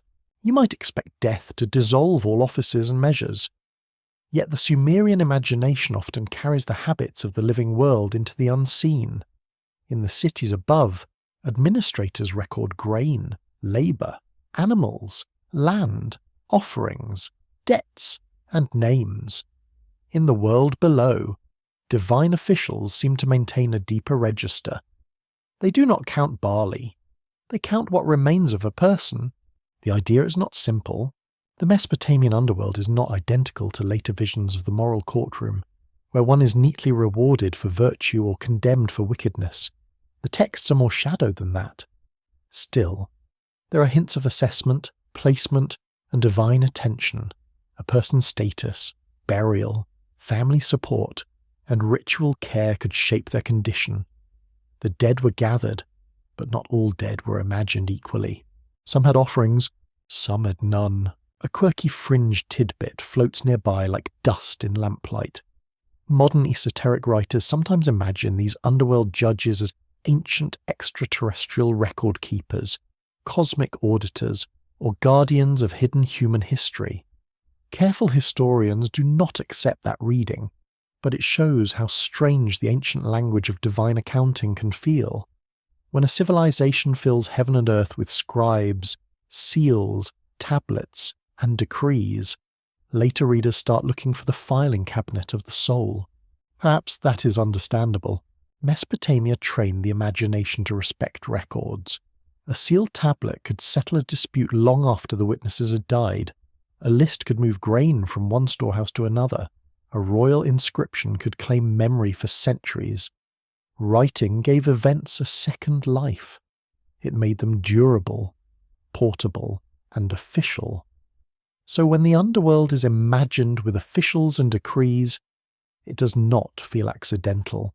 It feels like earthly bureaucracy projected into eternity. A very sleepy eternity, unfortunately. You hear no shouting in this court, only murmurs. The sound is like dry reeds brushed together by a wind too weak to reach the surface. The dead stand without the old confidence of living bodies. Their achievements have become thinner. Their pride has lost its clothing. What matters now is not what they declare, but how they are received into the order already prepared for them. That reception may involve divine judges. In some traditions, figures known as the Anunnaki appear in connection with the underworld and judgment. The name carries enormous modern baggage, much of it piled on by enthusiastic imaginations wearing boots. In ancient texts, however, these beings belong within the divine assembly and the ordering powers of the cosmos. Their underworld role is solemn rather than flashy. They sit, they decide. They do not entertain. The open scholarly debate is careful here. Some researchers view the underworld judges as remnants of early divine assembly traditions applied to death. Others interpret them through the logic of temple administration, where every realm requires officials. Another approach sees the judges as literary devices, giving mythic weight to irreversible transition. The surviving evidence allows several paths, but no easy final verdict. That uncertainty feels appropriate for a court of shadows. You look across the gloom and imagine a dead person approaching. He was once a farmer, perhaps, or a canal worker, or a woman who managed a household with more skill than any king managed his armies. She knew how much grain remained in the jar. She knew which child was lying by the eyes alone. She knew when the river smell meant trouble. Now she stands below. What remains with her, not her house, except as memory, not her tools. except perhaps as grave goods, not her daily authority, except in the minds of descendants. Yet something of her identity is crossed. Her name may still be spoken above. Her ghost may still receive offerings. Her place among the dead may still be influenced by ties she left behind. The judges do not need to weigh her heart on a scale for this to matter. They represent the fact that death is not social chaos, it is placement. The person has moved from one system of obligations into another, above ground. She belonged to family, city, temple, labour, and law. Below ground, she belongs to the domain of the dead, its ruler, its attendants, and the ritual bonds that still reach downward. Tablet glimmers in imagination. It may not be literal. It may be a symbol your mind creates because the Sumerians loved records and you have been listening too long in the dark. Still, the image fits. A clay tablet bearing names of the dead would be a terrifyingly Mesopotamian object. Not a book of life with golden pages, but a dry administrative record in a shadow archive. How very ancient. How very inconvenient. You can almost see a divine scribe pressing signs into clay. A name, a lineage, a burial, an offering received, an offering lacking, a complaint issued by an ancestor with excellent persistence. The thought is half humorous, half chilling, because administration removes comfort from mystery. A monster can be escaped in a story. A record cannot be argued with once sealed. This is why scribal imagination feels so powerful. The Sumerians lived in a world where names and categories mattered intensely. To classify was to control, or at least to survive. Lists of animals, tools, professions, gods, cities, stones, plants, and stars filled the training of scribes. The universe became manageable through ordered naming. Even the unseen world could be approached through names, ranks, and offices. But approach is not mastery. That is important. The judges in the gloom remain beyond human command. Ritual may speak toward them. Myth may describe them, and scribes may copy their names. But the living do not own the court below. The underworld's officials belong to a jurisdiction from which no appeal reaches the city gate. Their authority begins where human breath ends. A faint chill moves through the imagined chamber. The dead wait. The officials remain. Somewhere higher above, a family pours water and says a name. Somewhere higher still, stars cross the sky without concern. The court below does not hurry. Death has no schedule pressure. It has received the old, the young, the rich, the nameless, the celebrated, and the forgotten. It can afford patience. Perhaps judgment here means recognition. Not moral celebration, not fiery condemnation. Recognition. The dead are identified as dead. They are placed where the dead belong. Their ties to the living are noted through offerings, memory, and ritual attention. Their former world is closed to them, except through narrow channels of dream, ghost, and family care. The simplicity is severe. You feel how different this is from a comforting afterlife. There is no promise that the good will stroll through flowering fields. There is no assurance that suffering will be balanced with joy. Instead, there is a shadow administration of existence, accepting what comes to it and assigning each life to the quiet order of the below. The judges sit in gloom because death itself is a kind of judgment, not a judgment of character, perhaps, but a judgment of condition. The living can pretend they are separate from earth. The dead prove otherwise. The living can claim status through clothing, speech, wealth, and influence. The dead arrive without the warm machinery that sustained those claims. The court below receives the final evidence. A body cools. A name remains. A family remembers, or fails to remember. A cup is poured, or left empty. The unseen officials, whether literal divine beings, ritual images, or literary shadows, mark the passage into another order. Their power lies in the calm way they make mortality official. You step back from the court. The darkness does not follow because it does not need to. It already lies beneath every city, every floor, every bed, every written sign. The Sumerian scribes gave that darkness structure, and by doing so they made it more imaginable and more frightening. A formless void might dissolve, a court remains, and in that court, somewhere beyond the reach of sunlight, the judges wait with the patience of clay. Between breath and clay, there is a moment the Sumerian texts do not fully open for you. They circle it, touch its edge, speak around it with ritual caution, then move toward the safer language of gates, offerings, ghosts, and the great below. Yet the moment remains. It is the small space between the final exhale and the underworld's claim. You stand inside that space now. A person has died, but burial has not yet taken place. The body lies in the room, wrapped and attended. The family moves softly, as though ordinary noise might disturb something still unfinished. The lamp flame is low. A bowl of water rests near the wall. Outside, the city continues with its stubborn indifference. Bread bakes. Animals complain. A merchant exaggerates the quality of his goods, because apparently death itself cannot stop commerce. Inside, nobody laughs. The air is full of waiting. This waiting is not empty. It is charged with uncertainty. The person who died is no longer among the living, yet has not fully become settled among the dead. The body remains visible.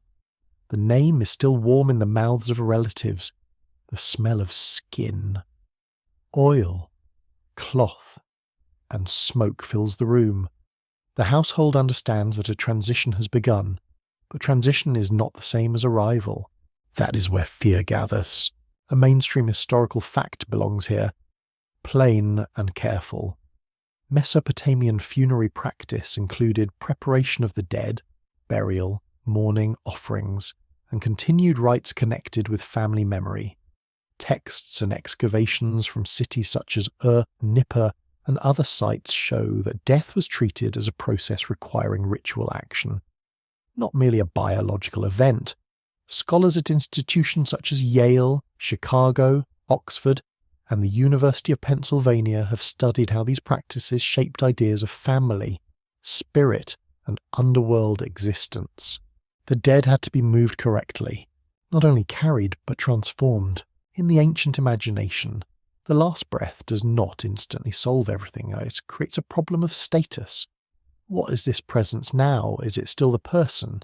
Is it a body only? Has the ghost separated? Is the spirit nearby? Confused, resentful, already drawn downward. The texts offer clues, but not a single neat diagram. That is inconvenient for modern minds, which enjoy diagrams almost too much. The Sumerians leave you with fragments instead. A body returns to clay. A ghost may need offerings. A name must be remembered. A burial places the dead within the proper order. Ritual speech protects the living and guides the transition. These pieces suggest a layered understanding.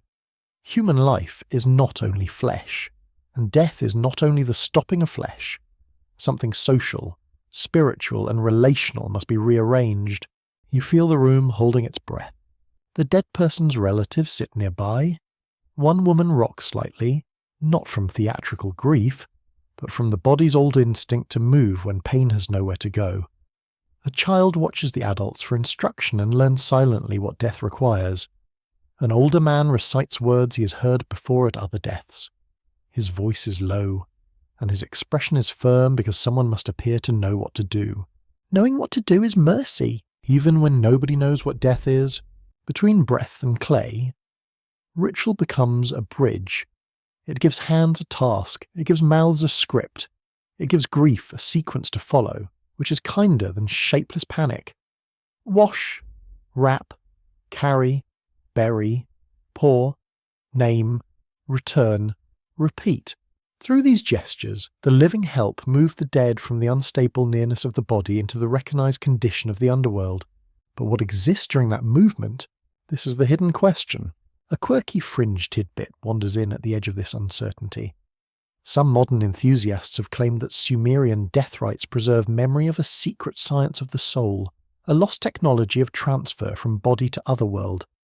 Careful historians do not accept such claims as evidence. Still, the idea reveals how strongly these ancient rituals suggest transition, almost as though something delicate must be handled before it disappears. The real mystery needs no machines. It is already strange enough. You imagine the dead person's presence lingering near the threshold, neither inside the body nor fully below. Not a clear figure, not a dramatic apparition. More like a pressure in the air, a rearrangement of attention. Everyone in the room feels watched by absence. The body is there, yet the person is not answering. The person is gone, yet the body insists they were real. This is why humans ritualize death. A body without ritual is too abrupt. It says too much too quickly. Ritual slows the truth until the mind can endure it. The Sumerians knew this, not as psychology written in modern language, but as lived necessity. They placed actions around the dead because the passage had to be shaped. Without shape, death might spill into the house. Some scholars continue to debate the exact relationship between the Sumerian ghost, the corpse, the name, and the underworld self. One view emphasizes a shade or spirit that survives in diminished form. Another stresses the social person, sustained through memory and offerings. Others point to the complexity of terms across languages, periods, and scribal traditions. The debate remains open because the ancient evidence is real, but never quite complete. That completeness is part of the atmosphere. It feels like a broken line on a tablet. The missing words are not merely lost information. They become a silence with texture. When the texts do not explain exactly when the dead become dead in the ritual sense, your imagination leans closer. It asks whether the transition was feared because it was vulnerable. Perhaps the newly dead were especially exposed. Perhaps the living were especially exposed to them. Perhaps both conditions were true, which is usually how ancient fear becomes durable. The body is lifted at last. The household shifts. A bowl is moved aside. The cloth tightens across still limbs. Someone makes a sound that is almost a word, then stops. The doorway receives the procession. This threshold, crossed thousands of times during life, becomes different now. A person who once entered carrying bread or tools now leaves in silence. The door has become a ritual line. The street outside feels too bright. Neighbours glance and lower their eyes. Dust rises around feet. A dog noses forward, then retreats when someone hisses at it. Life remains embarrassingly alive. This contrast is part of the passage. Death does not remove the world's ordinary details. It makes them sharper, almost offensive in their normality. The dead are carried toward earth. Clay waits for clay. In Mesopotamian thought, humans themselves were often associated with clay in mythic accounts of creation. People are shaped from earth, mixed with divine purpose, labour, and breath. Whether taken literally or symbolically, the image is powerful. The body's return to earth is not a failure of meaning, it is a completion of material origin. The person rises from clay and descends to clay, carrying a name for a little while between. That little while is human life. A small sentence, but heavy. The burial marks a change in status. The dangerous uncertainty begins to settle. The dead person is placed where the dead may be addressed through proper rites. The family can now relate to them differently. Grief does not vanish. It becomes organised grief. The house will still ache, but the ache has a direction. The dead have been given to the underworld, and the living have been given duties. Between breath and clay, identity is handed over. The body goes down, the name stays up. The ghost may move through the unseen channels imagined by ritual. The family remains responsible. The underworld receives without explaining itself. No single text completes the picture because perhaps no culture can complete this picture. Death is a fact that becomes a mystery the instant it touches someone loved. The Sumerian scribes knew that. They could record taxes, fields, rations, cattle, and legal disputes with impressive confidence. But here, at the edge between last breath and proper descent, their certainty softens. The words become ritual, myth, lament, and fragment. They do not reduce the passage to a simple formula. They leave it trembling. You return to the room in thought. The body is gone now. The lamp still burns. The floor bears traces of movement. The air smells of smoke and cooling clay. A cup remains near the wall, waiting for another hand. The family will sleep badly. They may dream. They may wonder whether the dead have arrived below, whether the offering was enough, whether the name was spoken correctly. Perhaps no one ever knows. That is why the boundary mattered. Between breath and clay, there's a brief and fragile region where human certainty fails. The Sumerians filled that region with rites, words, offerings, and caution. They did not leave it empty, because emptiness would have been unbearable. They did not describe it completely, because completeness may have seemed impossible or unsafe. So the hidden moment remains. A last breath leaves the body. Clay waits to receive what clay once shaped. Somewhere in between, the dead begin their passage, and the living begin the long labour of remembering. Why scribes lowered their voices is not difficult to feel. Once you imagine the clay beneath their hands, they were not writing entertainment for idle evenings. They were handling names, powers, boundaries, and phrases that belonged close to danger. A careless line about grain might ruin an account.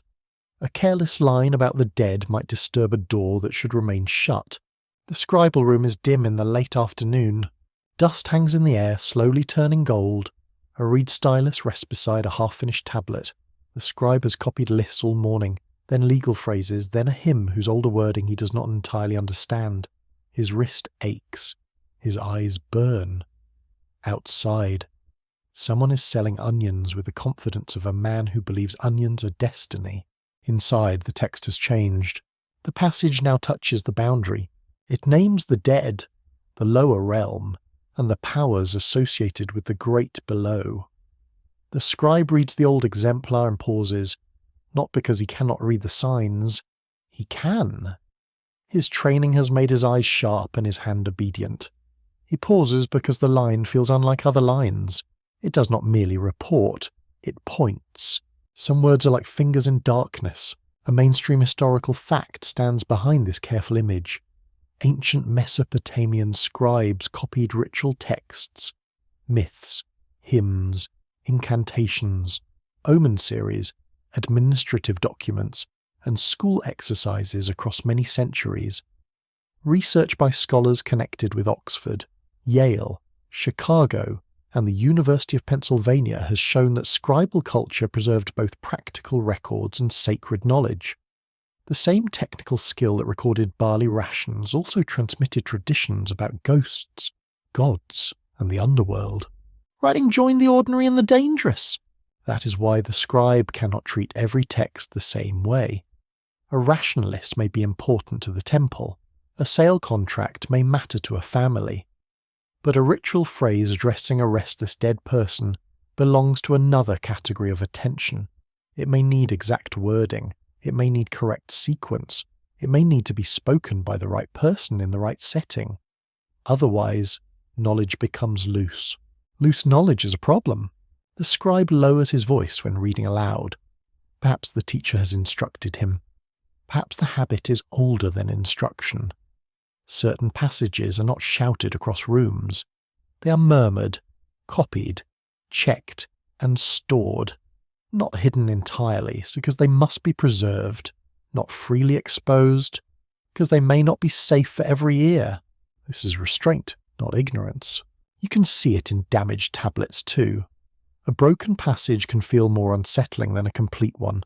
A phrase begins clearly, then vanishes into a crack. The missing section invites the modern imagination to lean forward, as if the lost clay held the secret of the dead. Sometimes it probably held only a routine line. That is the annoying honesty of archaeology. The universe enjoys wasting suspense, yet the effect remains powerful. Brokenness makes ancient caution visible, even when caution was not the cause. A scribe may have left no explanation. A tablet may have cracked in a fire, a collapse, or an accident of storage. Still, When the break occurs near a forbidden or fearful subject, it begins to feel meaningful. The gap becomes part of the story we tell ourselves about ancient silence. A quirky tidbit belongs here. Some Mesopotamian tablets contain colophons, short notes at the end of texts, sometimes naming the scribe, source, owner, or warning against theft and careless copying. A tablet could practically glare at you from 3,000 years ago. Do not steal me. Do not erase me. Do not pretend your handwriting is better. The ancient archive had opinions. That protective attitude matters. Texts could be guarded as possessions, tools, and carriers of authority. Ritual knowledge especially was not casual public chatter. Learned experts, including priests, exorcists, diviners, and scribes, relied on inherited collections of formulas and procedures. Their work stood between households and unseen disorder. If a ghost troubled a home, if an omen frightened a king, if illness seemed touched by divine anger, the written tradition could guide response. The tablet became a controlled doorway. Not everyone received the key. You sit beside the scribe as he copies a ritual line. The room smells of clay, oil smoke, and a faint trace of sweat trapped in wool. His stylus presses sign after sign. Each wedge is small, almost humble, but together they address a world beneath the living one. The dead are named not as curiosity, but as beings whose condition affects the living. The lower realm is described not as scenery, but as jurisdiction. He's not exploring for pleasure, he is preserving procedure. Some scholars debate whether the apparent restraint in underworld texts reflects actual taboo, specialized ritual secrecy, literary convention, or simple accident of survival. One school of thought emphasizes religious caution around dangerous names and powers. Another warns that modern readers may exaggerate fear because many tablets are fragmentary.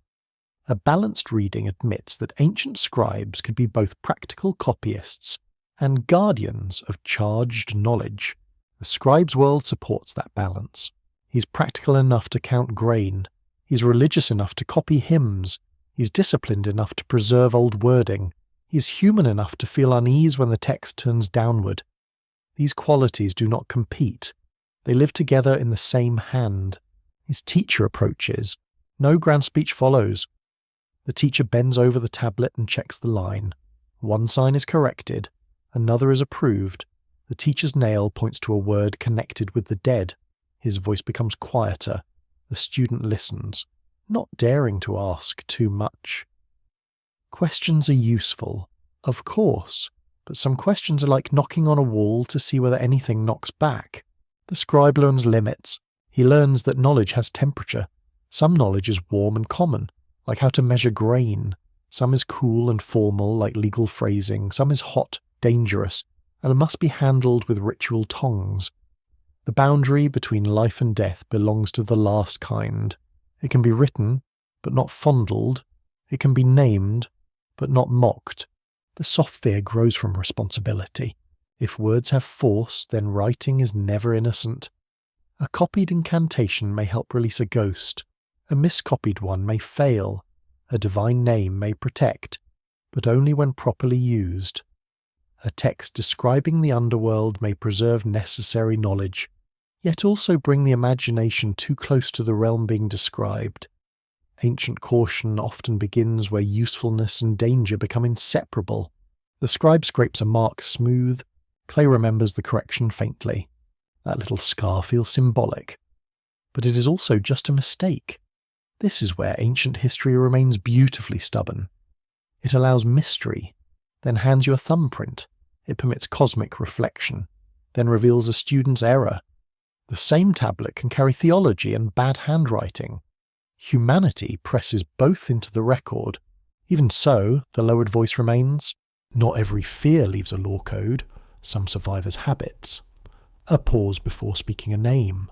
A reluctance to restore a missing line too confidently. A preference for formula over description. A ritual phrase repeated because ancestors repeated it. A warning that certain tablets should be handled by the trained. These habits are hard to prove fully. yet easy to imagine within the evidence. The scribe finishes the passage. He does not look relieved. Exactly. He looks attentive. The tablet is set aside to dry. Once hardened, its words may outlast the room, the teacher, the student, and the city wall beyond them. The underworld passage will sleep inside clay until another hand wakes it. Perhaps that is why writing about death feels so strange. It makes the dead speak later. Sometimes much later. You hear the room emptying. Students gather their tablets. Sandals scuff the floor. Outside. Evening light rests on brick and reed. The scribe stays a moment longer, looking at the drying clay. He has copied what he was told to copy. He has preserved a fragment of the hidden system. He has not explained it completely, and perhaps that is proper. The boundary is still intact. In this quiet, the fear of ancient scribes becomes less like superstition and more like respect. They knew that some subjects do not become harmless merely because they are written down. They knew that death, once named too clearly, can enter thought with a weight that ordinary life struggles to carry. So they shape the words carefully, neither abandoning them nor making them casual. The stylus lies still. The lamp smokes gently, and somewhere beneath the floor of language, the unspoken part remains waiting, protected by clay, silence, and the lowered voices of those who copied what they feared to describe. The hidden system of return does not promise that the dead come back in any simple way. It is quieter than that, and far more tangled. In the old Mesopotamian imagination, return is not always resurrection. Sometimes it is a name spoken at a hearth. Sometimes it is a dream that leaves the sleeper afraid to move. Sometimes it is a ritual offering poured into the ground, vanishing from sight yet entering the family's invisible account. You stand beneath a night sky scattered with hard stars. The city is folded into darkness. Roof lines appear as low shapes against the heavens. In the courtyards below, lamps burn like small guarded thoughts. Somewhere, a reed door creaks. Somewhere, a child turns in sleep and murmurs the name of someone gone. The living believe they are alone for the evening, but the old system says otherwise. The dead remain connected. Not fully present, not fully absent, connected. This is the difficult pattern.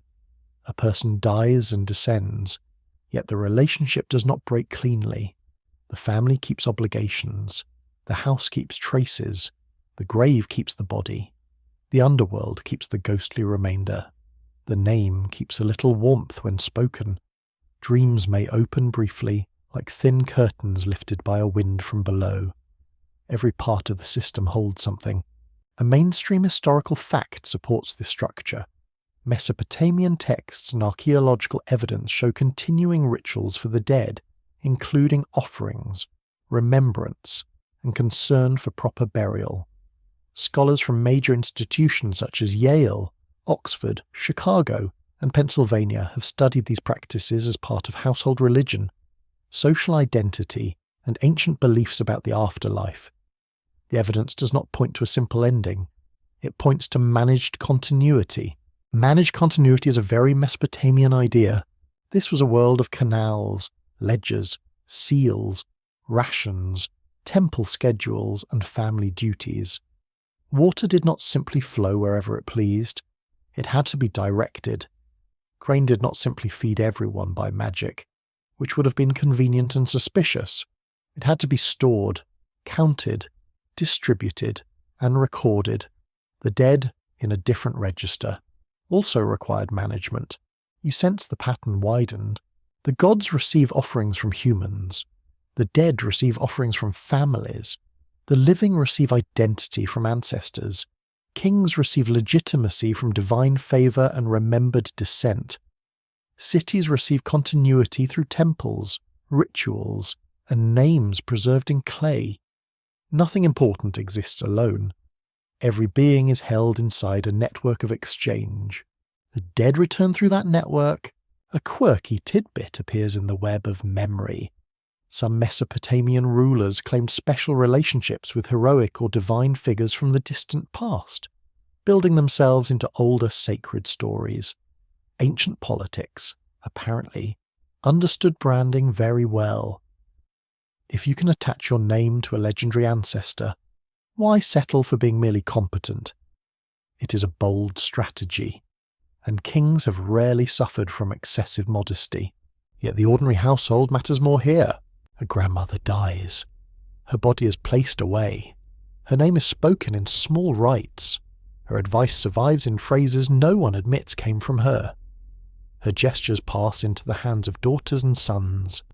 A child learns to knead bread the way she did, pressing the heel of the palm into dough with that exact impatient motion. Is this return not resurrection, not ghostly spectacle? But something comes back. The ancient system understands this through ritual. Memory needs action to remain alive. A spoken name is stronger when paired with water. Grief becomes steadier when given a place and time. A family that pours offerings is not only feeding the dead, it is reminding itself who it is. The dead below and the living above are joined by repeated gestures, and repetition is one of humanity's oldest tools against disappearance.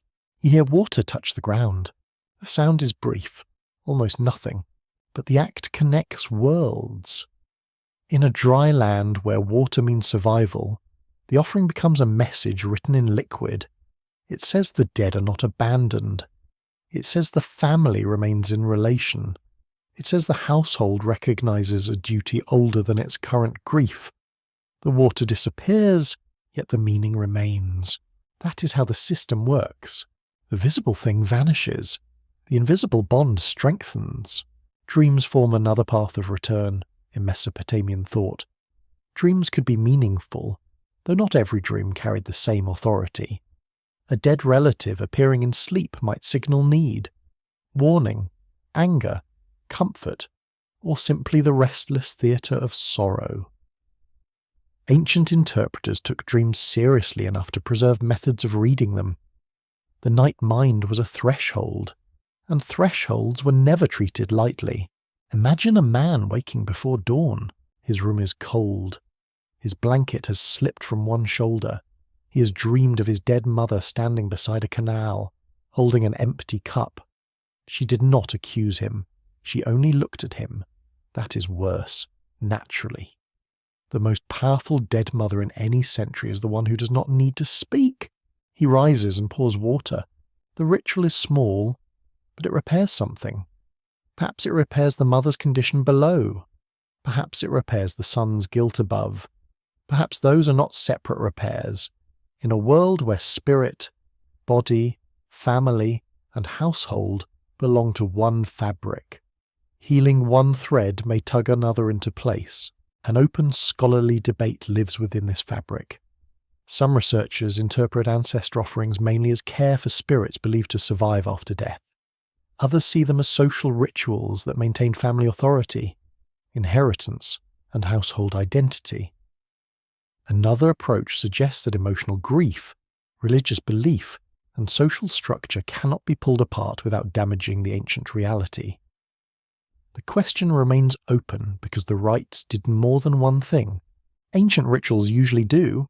They are efficient in mysterious ways. The hidden system also includes the gods. The dead do not float independently of divine order. They belong under powers who govern the below, while the living negotiate with gods above through temples and offerings. This creates a vertical world. Gods receive service in high, sacred spaces. Humans labour and worship on the surface. The dead dwell beneath, sustained by what passes downward. Sky, earth, and underworld form a layered arrangement. You stand in the middle layer. That is the human position, and it is uneasy. Humans look upward for favour, and downward with obligation. They are created from clay, shaped for labour, given breath for a while, then return to earth. Their lives are temporary, but their duties extend beyond their own bodies. They must feed gods and remember ancestors. They must maintain the exchange that makes existence stable. This is not comforting in the modern sense. It is meaningful, which is different. Meaning often asks for work. It asks for regular offerings, proper words, clean gestures, and attention to old obligations. The hidden system of return is built from such work. The dead return because the living keep roads open. Names return in speech. Dreams return from darkness. Family traits return through bodies. Rituals return every season, repeating what the living fear forgetting. You move through the sleeping city. The temple platform rises in darkness, its upper line faint against the stars.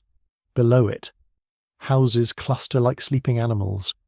Beneath many floors lie graves, memory deposits, or the imagined nearness of those who have descended. The city is not only built from brick, it is built from layers of presence. This is why the past never feels entirely past. In Sumerian thought, old names could still matter. Ancient kings, gods, ancestors, and spirits pressed upon the present. The dead shape the living through inheritance, obligation, fear, and reverence. The living shape the dead through offerings and memory. The system moved both ways, though not equally. The dead depended on the living, but the living feared the dead's dissatisfaction. A practical arrangement and deeply awkward. Families are like that. The hidden system does not require a clean return of the whole person. It is more subtle. A person can return as need, as dream, as blessing, as trouble, as inherited duty, as a name spoken into a cup of water. The dead do not escape the underworld, yet something of them circulates. The surface world remains touched by those beneath it. You pause near a doorway. A lamp glows inside. Someone whispers a name before sleep. No grand ceremony follows. The whisper is enough for the moment. It holds the dead close without dragging them fully back. It lets the living rest without pretending the bond has ended. This is the old balance. Fragile and persistent. Perhaps return is not reversal. Perhaps it is remembrance with power. The Sumerians seem to have known that nothing loved vanishes cleanly. It changes category. It moves from hand to memory, from body to offering, from voice to name, from daily presence to ritual obligation. The hidden system of return is made from these changes, each one small, each one necessary. The stars remain above, the dead remain below, and between them, the living keep pouring water, speaking names, dreaming uneasily, and rebuilding the invisible roads that prevent the past from falling silent. What humanity was made to carry begins with clay under the fingernails. Not shining destiny, not a golden throne, not a secret invitation to rule the stars. Clay, wet, heavy, stubborn clay, the material of bricks, tablets, jars, floors, graves, and bodies imagined by ancient minds as shaped from earth itself. You stand near a canal before sunrise. The air is cool for a brief hour, almost gentle. Soon the heat will return and flatten every careless thought. Workers move along the bank with baskets, tools, and tired faces. Their feet sink slightly into damp mud. Their hands are cracked. Their backs already know the day's wait before the day has properly begun. This is where human purpose becomes less flattering. In Sumerian and broader Mesopotamian myth, humans are often created to perform labour for the gods, relieving divine beings of burdens and work. The idea appears most clearly in later Akkadian texts, but it belongs to a long Mesopotamian tradition of imagining human life as service within a cosmic economy. Scholars at Oxford, Yale, Chicago, and Pennsylvania have studied these myths as reflections of temple society, labour organisation, and religious obligation. It is not exactly motivational. You can almost imagine the ancient career counsellor. Congratulations. You have been fashioned from clay to maintain the universe through exhausting service. Benefits include bread, beer, taxes, heat stroke, and eventual descent into dust. Humanity, in this vision, does not begin as the centre of creation. Humanity begins as useful. Useful is not small. That is the difficult twist. To serve gods, households, cities, and the dead is to stand inside a web of meaning. Human beings carry offerings upward and downward. They feed temples with grain, music, oil, and incense. They feed ancestors with water, bread, and names. They carry memory across generations, pressing fragile lives into clay, ritual, and story. A human body is temporary, but the tasks passing through it are ancient. You watch the workers lift mud from the canal. The sound is thick and wet. Every basket raised from the waterway helps preserve the fields. Every cleared channel allows barley to grow. Every harvest feeds families, temples, officials, and ritual obligations. In the ancient city, labour is not separate from religion. To maintain the canal is also to maintain the order that lets offerings reach the gods and food reach the living. Even tired hands participate in cosmic stability. That can sound noble from a comfortable distance. Up close is just hard work. A woman bends over grain, grinding it with practiced force. Stone moves against stone, her shoulders tense and release. Dust settles on her arms.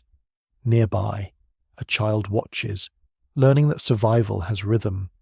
The same motion will repeat tomorrow and the day after, unless illness interrupts, flood destroys, or some official discovers a creative new way to demand more.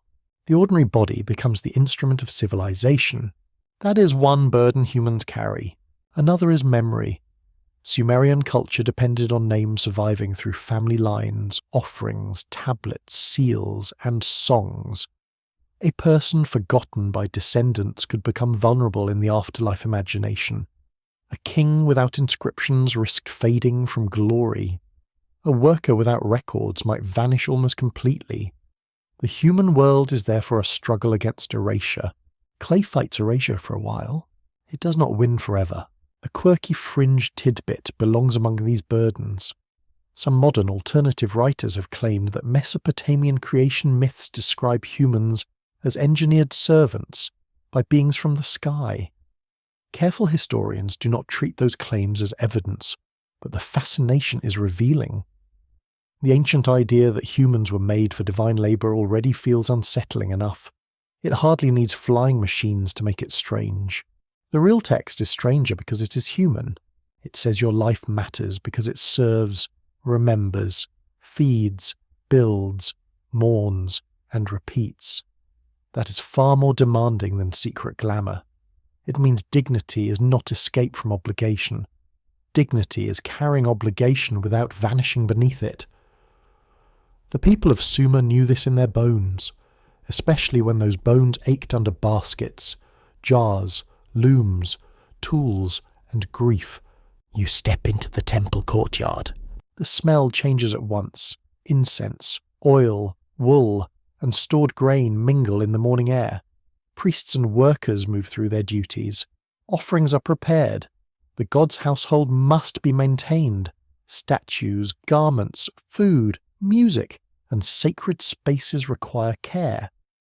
The divine presence is treated like a powerful resident, one whose favour keeps the city from sliding into disaster.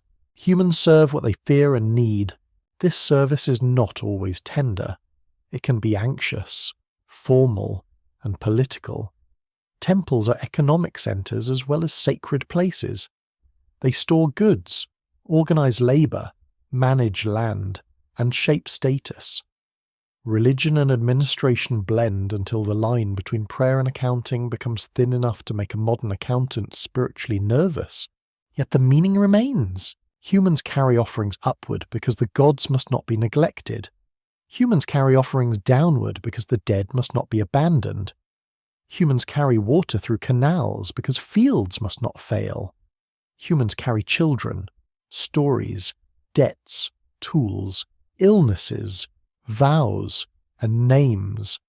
A single life becomes a crossing point for many demands. The open scholarly debate turns on how to interpret these creation and labour myths. Some researchers see them as theological explanations for humanity's role in temple service. Others read them as reflections of social hierarchy, where divine labour stories mirror the realities of workers serving elites. Another view suggests that myth and social reality shaped each other, each giving sacred language to the other's burdens. No simple answer is enough. Ancient people did not live inside one explanation. A canal worker might believe the gods required service, while also resenting the official who counted his labour. A priest might perform offerings with devotion, while also managing grain with sharp practical skill. A scribe might record human workers as numbers, then copy a lament that makes mortality ache. Their world allowed contradictions because reality forced them to. You stand beside a tablet recording rations. The signs are dry and exact. So much barley, so much beer, so many workers. Names appear, or sometimes categories. The living body becomes an entry in an administrative system. Yet beyond the coldness of the list, each worker has hunger, fear, family, jokes, sore knees, and one embarrassing memory that will mercifully not survive in cuneiform. The tablet reduces them. History tries to restore them. Their role in the hidden timeline is not grand in the way kings prefer. They are not always named in hymns. They are not always buried with beautiful objects. They are not always remembered beyond one generation. Yet they carry civilization physically. Without hands to cut reeds, shape bricks, dig canals, grind grain, raise walls, and press signs, there is no temple, no archive, no myth preserved for distant listeners. Humanity carries the gods by carrying clay. That sentence may sound odd, but it fits. The gods exist in stories and temples maintained by human action. The dead exist in memory sustained by human ritual. The city exists through labour arranged by human bodies.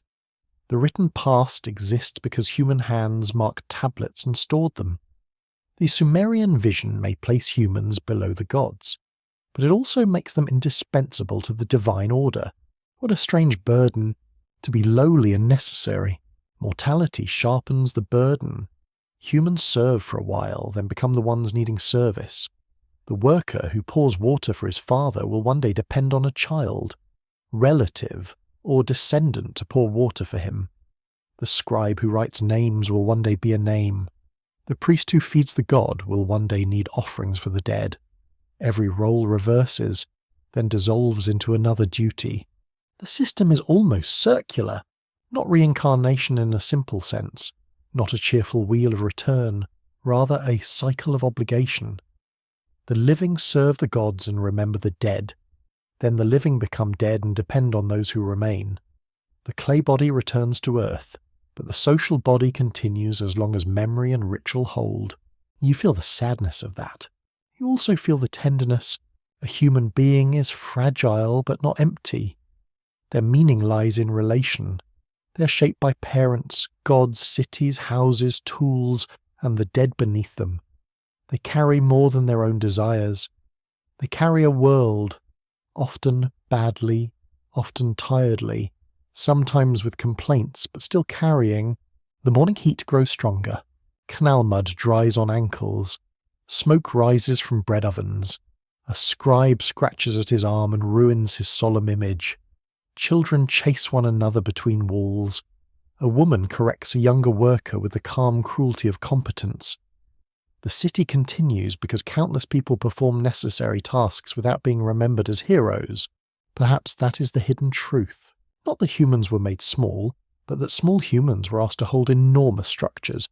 Labour, worship, burial, memory, and fear all pass through the body. The gods receive offerings through human hands. The dead receive water through human hands. The future receives history through human hands pressing marks into clay. And those hands tremble. They grow old, like they blister, they fail. Still, while they move, the world remains connected. Sky, city, house, grave, tablet, and underworld are joined by human action. The Sumerian scribes did not always praise this role softly. Sometimes they made it sound harsh and heavy, because it was. Yet within that heaviness lives a dignity no king can fully claim. You are clay-carrying memory. You are breath-carrying names.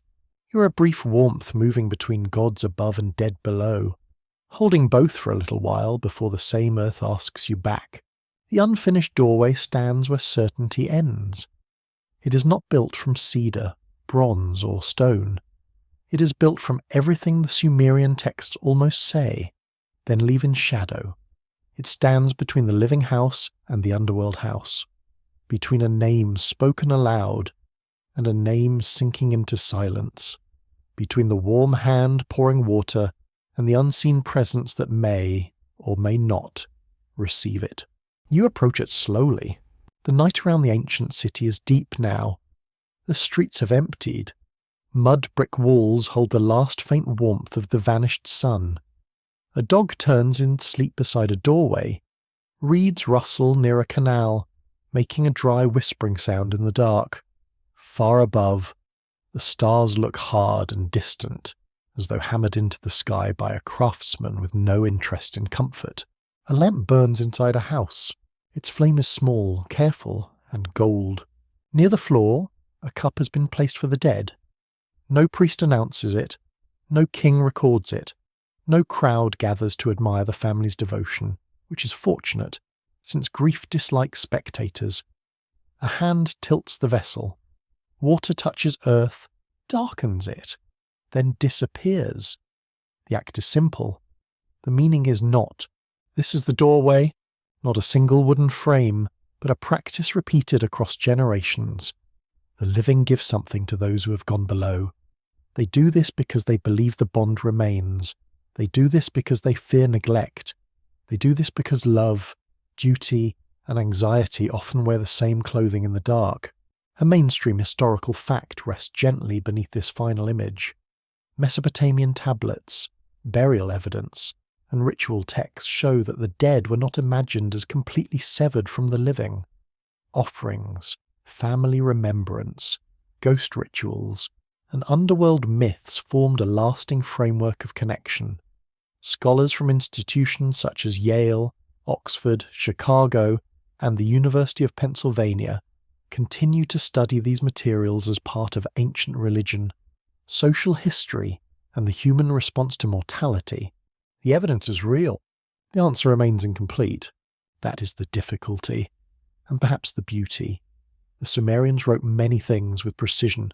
They wrote lists, contracts, hymns, royal inscriptions, school exercises, omens, laments, and myths. They recorded sheep, jars, fields, workers, gods, cities, temple goods, and disputes. Yet the passage of the dead remains partly veiled.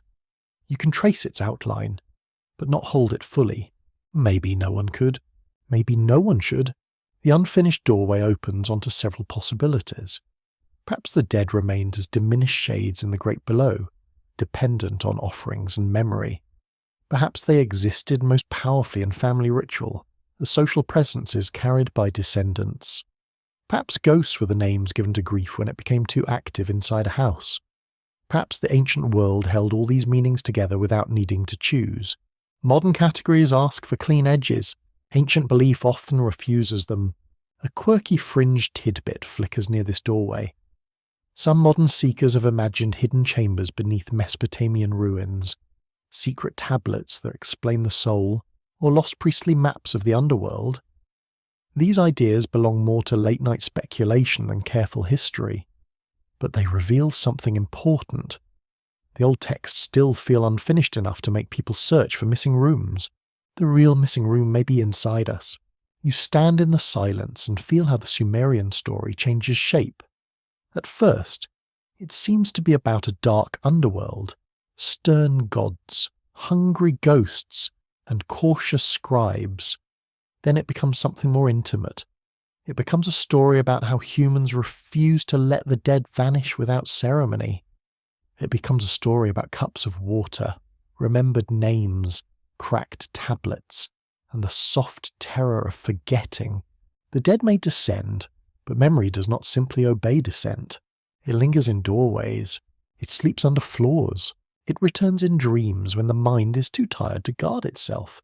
It hides in gestures copied without thought, in family phrases repeated across generations, in offerings made because someone once taught someone else how to care. The Sumerians gave these returns a sacred and dangerous shape. They did not reduce them to sentiment. They treated them as obligations with consequences. That is why the doorway remains unfinished. A completed door would either open fully or close fully. This one does neither. It stays ajar in the imagination. Through it, the living speak downward. Through it, the dead may trouble the living. Through it, grief becomes ritual, and ritual becomes order, and order becomes a way to survive what cannot be solved. The open scholarly debate continues around this very tension. Some experts emphasize belief in an actual underworld populated by the dead. Others focus on household practice, mourning, and the social preservation of identity. Still others study how mythic language, ritual behavior, and emotional reality overlap so closely that separating them may distort the ancient experience. The discussion remains alive because the evidence is layered, not flat, layered like the city itself. Above, the temple platform rises toward the gods. Around it, houses cluster in practical darkness. Beneath them, graves and memories settle into earth. In rooms lit by lamps, people eat, argue, sleep, fear, and remember. In archives, tablets dry and harden. In stories, goddesses descend. In rituals, ghosts are addressed. In silence, the underworld keeps its own counsel. You begin to see the whole pattern. Sky above, city between, dead below. Human life occupies the narrow middle, carrying offerings in both directions.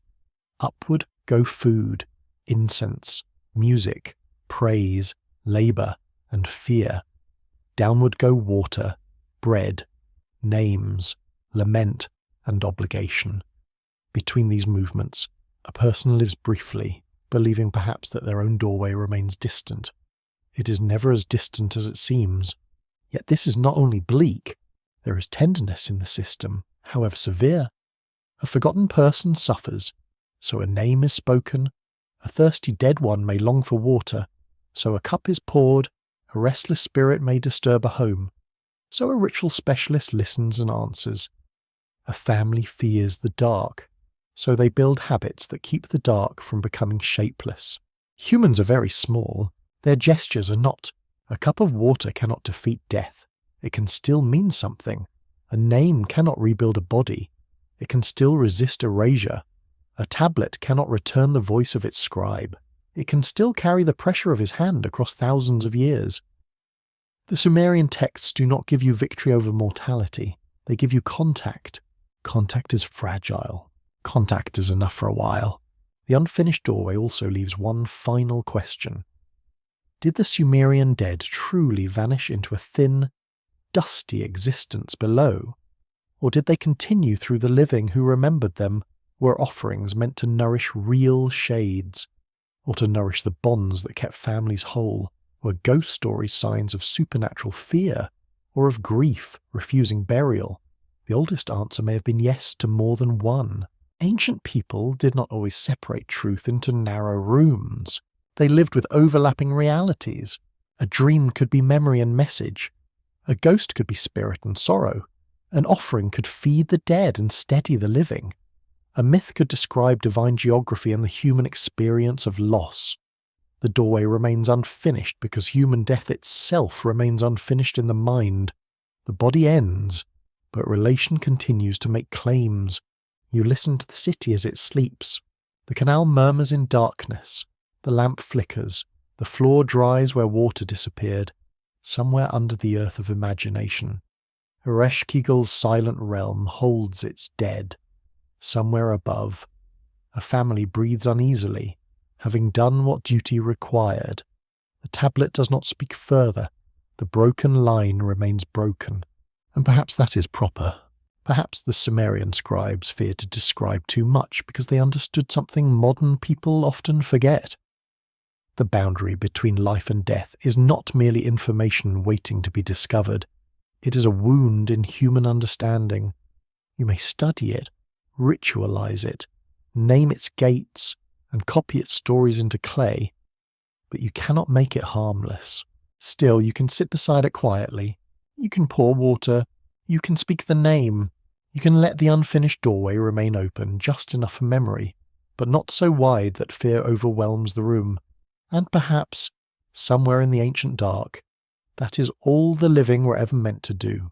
Now the night grows softer around you, and the old city begins to fade from the edges of thought. The clay walls blur into shadow. The canal becomes only a low, steady murmur. The lamps burn smaller, each one folding itself into a point of amber light. You no longer need to follow every tablet, every ghost, every god, or every broken line. The story has carried you to the threshold, and it asks nothing more than quiet attention. The dead below are distant now, the living above are resting. You breathe in slowly, and the room around you becomes your own again. Not a Sumerian house of mud, brick and reed matting, but your present room, with its familiar darkness, its ordinary air, its soft edges. Still, something of the ancient world remains close.